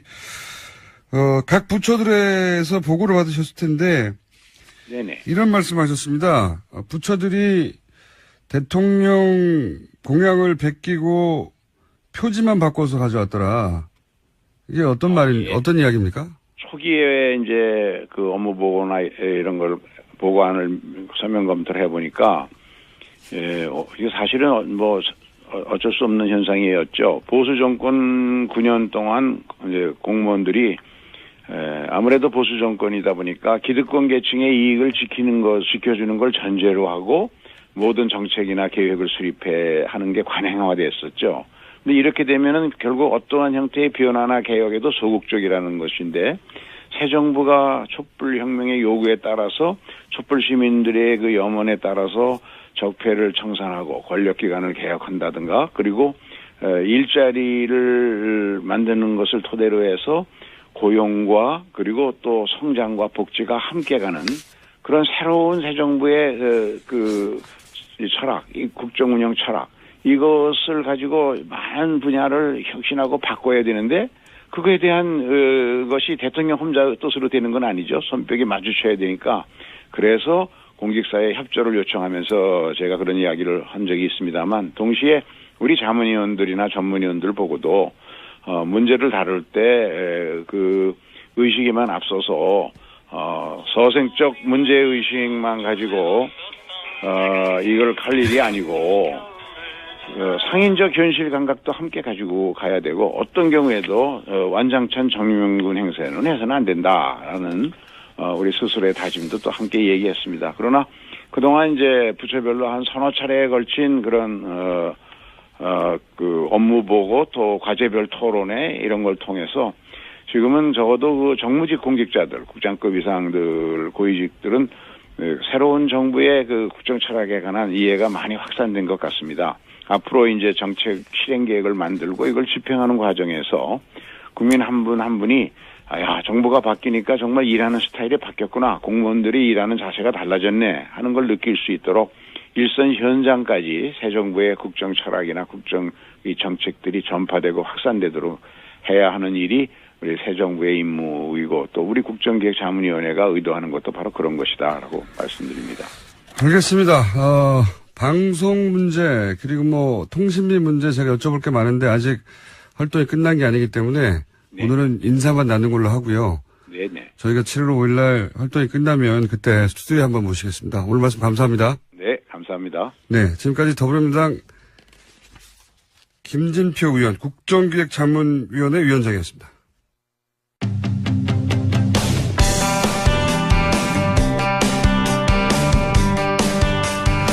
네, 바른정당 대표 출마자들 저희를 연속 인터뷰하고 있습니다. 어제 지상욱 의원이 사퇴를 했습니다 해서 출마자가 줄어든 상황입니다. 하태경 후보에 이어서 오늘은 정운천 후보 만나보겠습니다. 안녕하십니까, 의원님? 안녕하세요. 네. 안녕하세요, 김원준입니다. 문정인 특보 발언으로 파장이 크다고 보도한 언론들은 그 근거로 미국 정가 발언들을 거론했습니다. 예를 들면 전략국제연구센터 CSIS의 마이클 그린 부소장이 환경영향평가를 해야 한다는 발언에 대해 한국은 사드 배치를 위해 법적 절차를 서둘러야 한다고 했단 말을 들면서 큰일 났다는 식으로 보도를 했습니다. 자유한국당과 청와대의 정치 논평은 남극과 북극만큼 거리가 멉니다. 언론이라면 그 발언 당사자의 정치 성향, 한반도 문제에 대한 인식이 어떤지 그것부터 따지고 소개를 해야죠. CSIS는 군사 외교 분야 싱크탱크로 그 친일본적 성향이 잘 알려져 있죠. 부소장인 마이클 그린은 일본어에 능통한 대표적 친일 전문가로 아베 정부가 표방하는 강경대북 정책과 그 인식의 궤를 같이 하는 사람입니다. 한국 정부가 북한과 대화하면 북한의 미사일 능력만 키워줄 뿐이라고 하는 사람이고 심지어 트럼프 정부는 북한을 선제 타격해야 한다고 주장한 사람입니다. 그 사람의 성향, 그 발언의 배경, 의도, 맥락은 최소한 짚어가며 호들갑을 떨어야 하는 거 아닙니까? 워싱턴 소재 연구소 누가 사드 배치 빨리 하라는데 이거 우리 큰일 났다. 이런 식으로 보도할 거면 뭐하러 워싱턴까지 가서 한국 언론을 합니까? 그냥 일본 언론 하거나 미국 언론 하지. 김원준 생각이었습니다.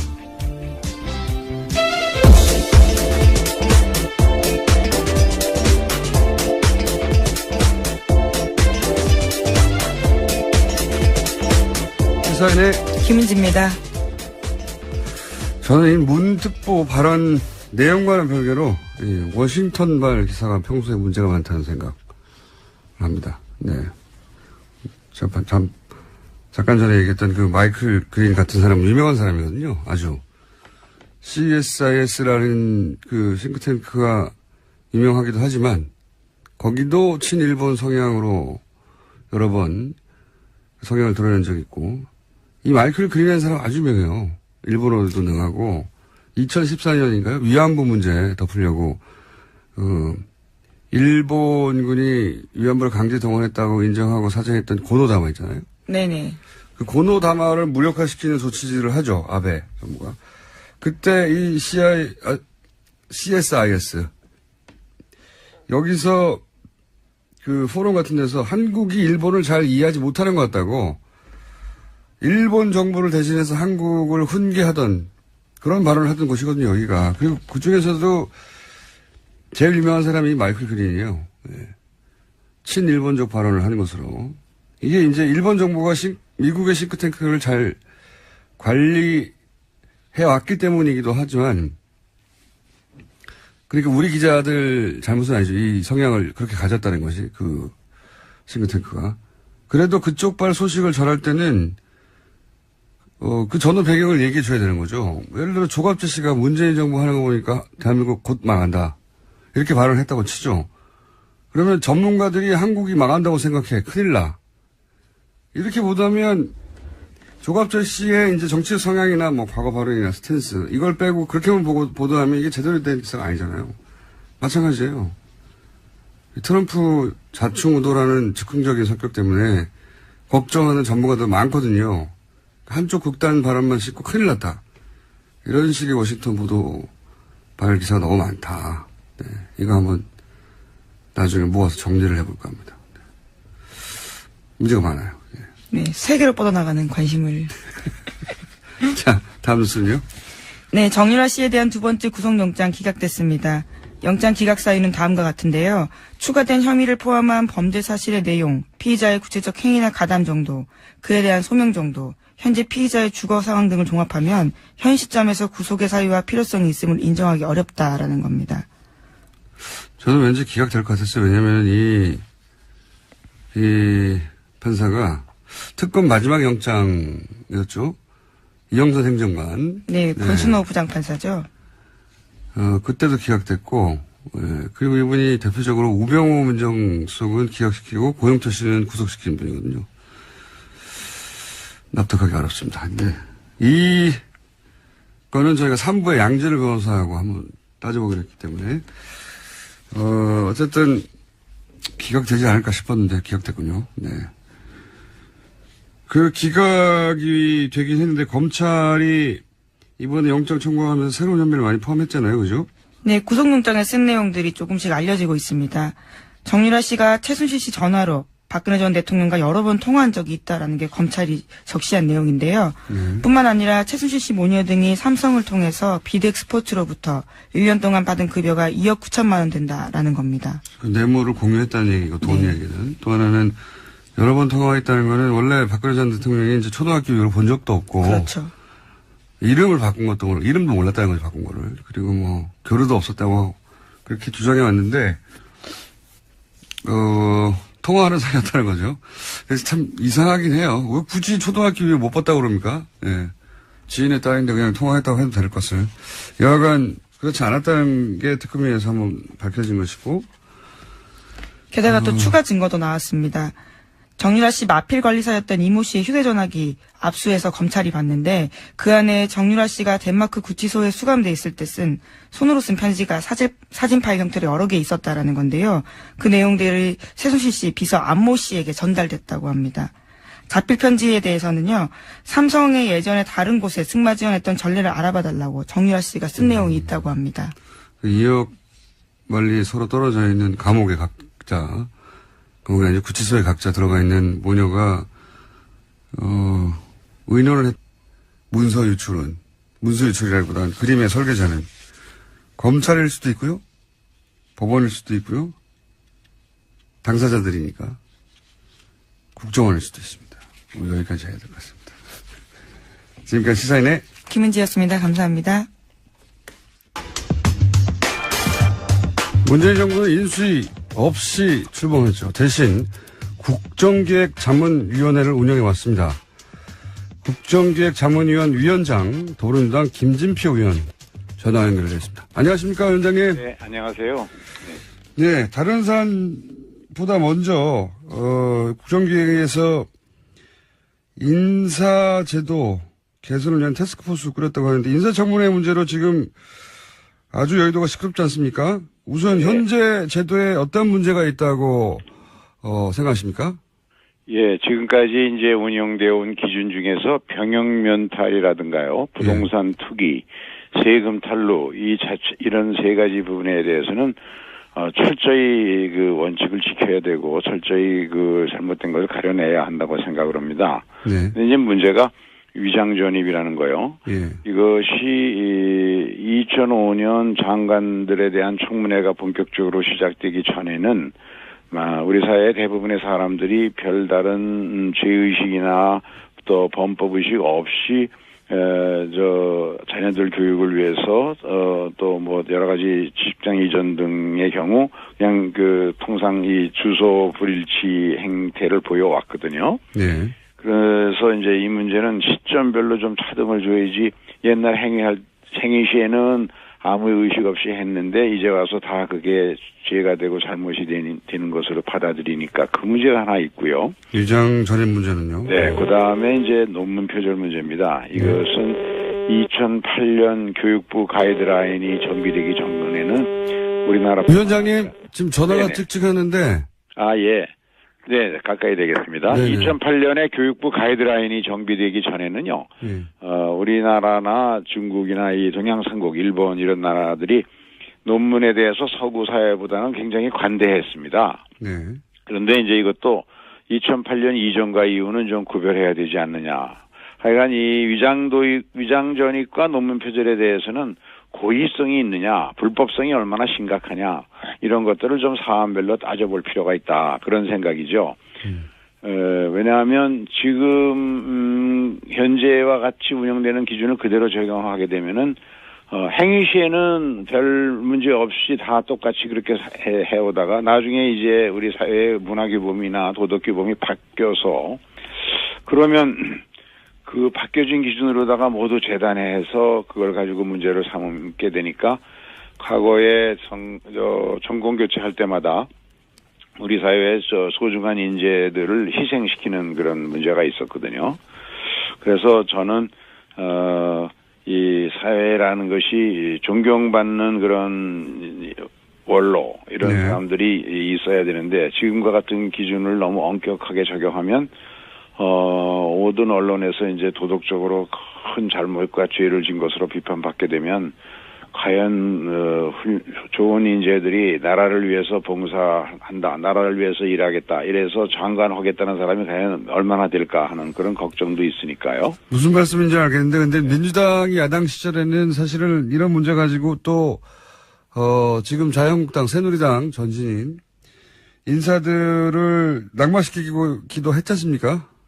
그렇습니다. 그래서 이제 역지사지로 봐야 되는데 저희가 야당일 때도 다만 위장 전입이라든가 논문 표절 이런 거를 우리가 지금 얘기하는 2008년 이전의 논문 표절이라든가 위장 전입만 가지고 낙마를 시도한 적은 없었다고 됩니다만은 그러나 우리가 잘못한 게 있으면 제가 나서서라도 이 잘못은 우리 사과할 건 사과하더라도 이제는 더 이상 이런 악순환의 고리를 좀 끊어야 하지 않을까. 근데 제 생각에는 도덕성 검증도 철저히 하더라도 이것을 굳이 공개로 해서 망신주기로 전부 일관할 필요가 있을까.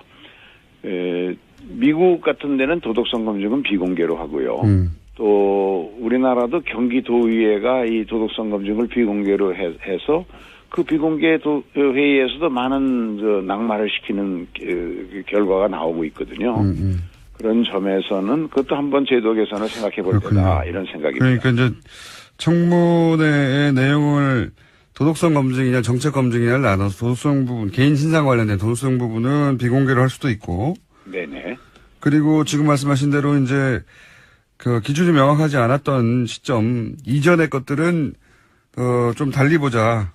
그렇죠. 그래서 얼마나 반복해서 여러 번에 걸친 행위가 있었나, 그리고 고의성이 있었나, 심각한 법규 위반이 있었나, 이런 것들을 그 위장 전입과 논문 표절에 대해서는 그 시점을 기준으로 해서 과거에도 그렇게 적용을 해온 점이 있습니다만 좀 분명히 할 필요가 있다 하는 생각을 가지고. 그러면 이 태스크포스가 이 개선안을 언제쯤 마련해서 결국은 이건 법 개정으로 이어져야 되는 거 아닙니까?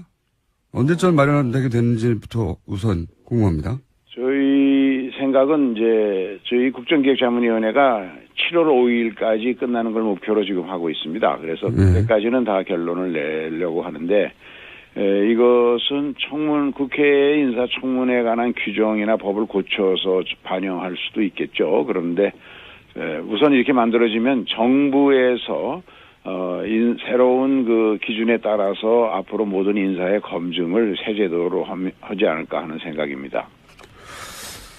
제도화하려면 결국 그 청문회 관련 법안을 수정해야 되는데 이게 야당과 합의가 될까요? 뭐 야당에 다는 거네요. 서로의 비서를 통해서 편지를 주고받았을 가능성이 큰 거죠. 가능성이 큰 게 아니라 그런 물증이 나온 거 아닙니까? 여하간 이렇게 직접 갔다라는 건 아직까지 나오진 않았는데. 그렇군요. 예. 해외 도피고 한국에 돌아올 생각이 없었고 그리고 뇌물을 같이 공유했고 박근혜 전 대통령과도 통하는 사이다. 이런 것들을 봉합했으나 약간 기각됐다. 네, 심지어 몰타국적 취득하려고 했었죠. 네. 자, 사안은 저희가 3부에서 한번 따져보겠습니다. 다음 뉴스는요? 네, 또 관련해서 안종범 전 수석의 수첩 이야기 전해드린 바가 있는데요. 거기에 이상화 씨 전화번호 있었다고 알려드렸습니다. 네. 그래서 검찰이 추가로 이상화 전 본부장 불러서 관련 내용들을 물어봤는데요. 삼성 쪽에서 독일 계좌로 송금해 올 때마다 최순실 씨 요청으로 그때그때 보고했다라는 진술을 했다고 합니다. 이분이 독일 돈 심부름을 한 사람 아니냐. 네, 금고지기로 지목되고 네, 있습니다. 금고지기. 돈 심부름이라보다는 금고지기가 적당한 표현이겠네요. 근데 이제 이분이 한 일이 삼성으로부터 최순실 씨에게 입금이 될 때마다 최순실 씨에게 지점장이었는데 지점장이 개인에게 알려줬다는 거죠. 휴먼 알람인 거죠. 휴먼 알람. 네, 그렇죠. 예, 휴먼 알람인 것이고 휴먼 문자 통보 온 거죠. 이런 얘기도 있었죠. 최순실 씨가 이야기하니까 바로 청와대에서 전화 와서 최순실 씨가 실세라는 걸 알았다. 그렇죠. 예. 이런 정황이 또 하나 나왔군요. 뭐 앞으로 추가로 재판이 진행되면서 우리가 몰랐던 사실들이 많이 밝혀질 것 같아요. 네, 지금 재판 계속 진행되고 있습니다. 이재용 삼성전자 부회장 재판에서도 어제 새로운 주장들이 나왔는데요. 삼성 쪽에서는 말 소유권이 여전히 삼성그룹에 있고 삼성은 국가대표 승마단의 훈련을 지원하려 했던 것뿐이었다라는 식의 이야기를 한 겁니다. 개인적으로 가장 어제 나온 뉴스 중에 재밌는 뉴스입니다, 이게. 예. 삼성의 재밌는 반격이죠, 이게. 우리가 여러 번 저희 방송을 통해 소개한 말세탁. 그렇죠. 예. 말세탁에 대한 반박인 거죠. 네, 말세탁 아니다라고 반발한 건데, 주씨, 오랜만에 합니다. 왜냐면은, 다시 한번 기억을 되살리자면, 삼성이 삼성 소유 말 2마리를 말장사한테 팔죠. 네. 그렇게 거래 하나가 있고, 최순실 씨가 말 2마리를 말장사로부터 사죠. 네, 싸게, 아주 싸게 예. 삽니다. 그 거래 하나가 있고, 거래 2개가 있는, 겉으로는 2개가 있는 거래인데, 실제로는 삼성이 말 2마리를 말장사에게 팔고, 허위로 매매 계약서를 맺은 뒤에 돈을 받지 않았다. 네, 잔금을 받지 않았다. 네, 돈을 받지 않았고, 그리고 최순실 씨는 이어서 새로운 말 2마리를 똑같은 말장사한테 사면서, 새로운 2말의 가격 전부를 내는 게 아니라, 삼성이 돈을 받지 않은 그 2말의 가격을 뺀 차액만 지불했다. 그러니까 실제로는 삼성이 자기 소유의 말들 값을 최순실에게 준 것과 같죠. 네, 사실상 뇌물을 줬다라고 볼 수 있는 거죠. 네, 그 교환 계약, 그러니까 비밀 계약, 이게 증거다 하면서 특검이 이제 흔들었던 것이고, 근데 이제 어제 나온 삼성의 반격의 내용이 뭐냐면, 말 중개상과 매매 계약을 팔았던 계획이 있었습니다. 2마리를 처음에, 최초에 첫 번째 계약.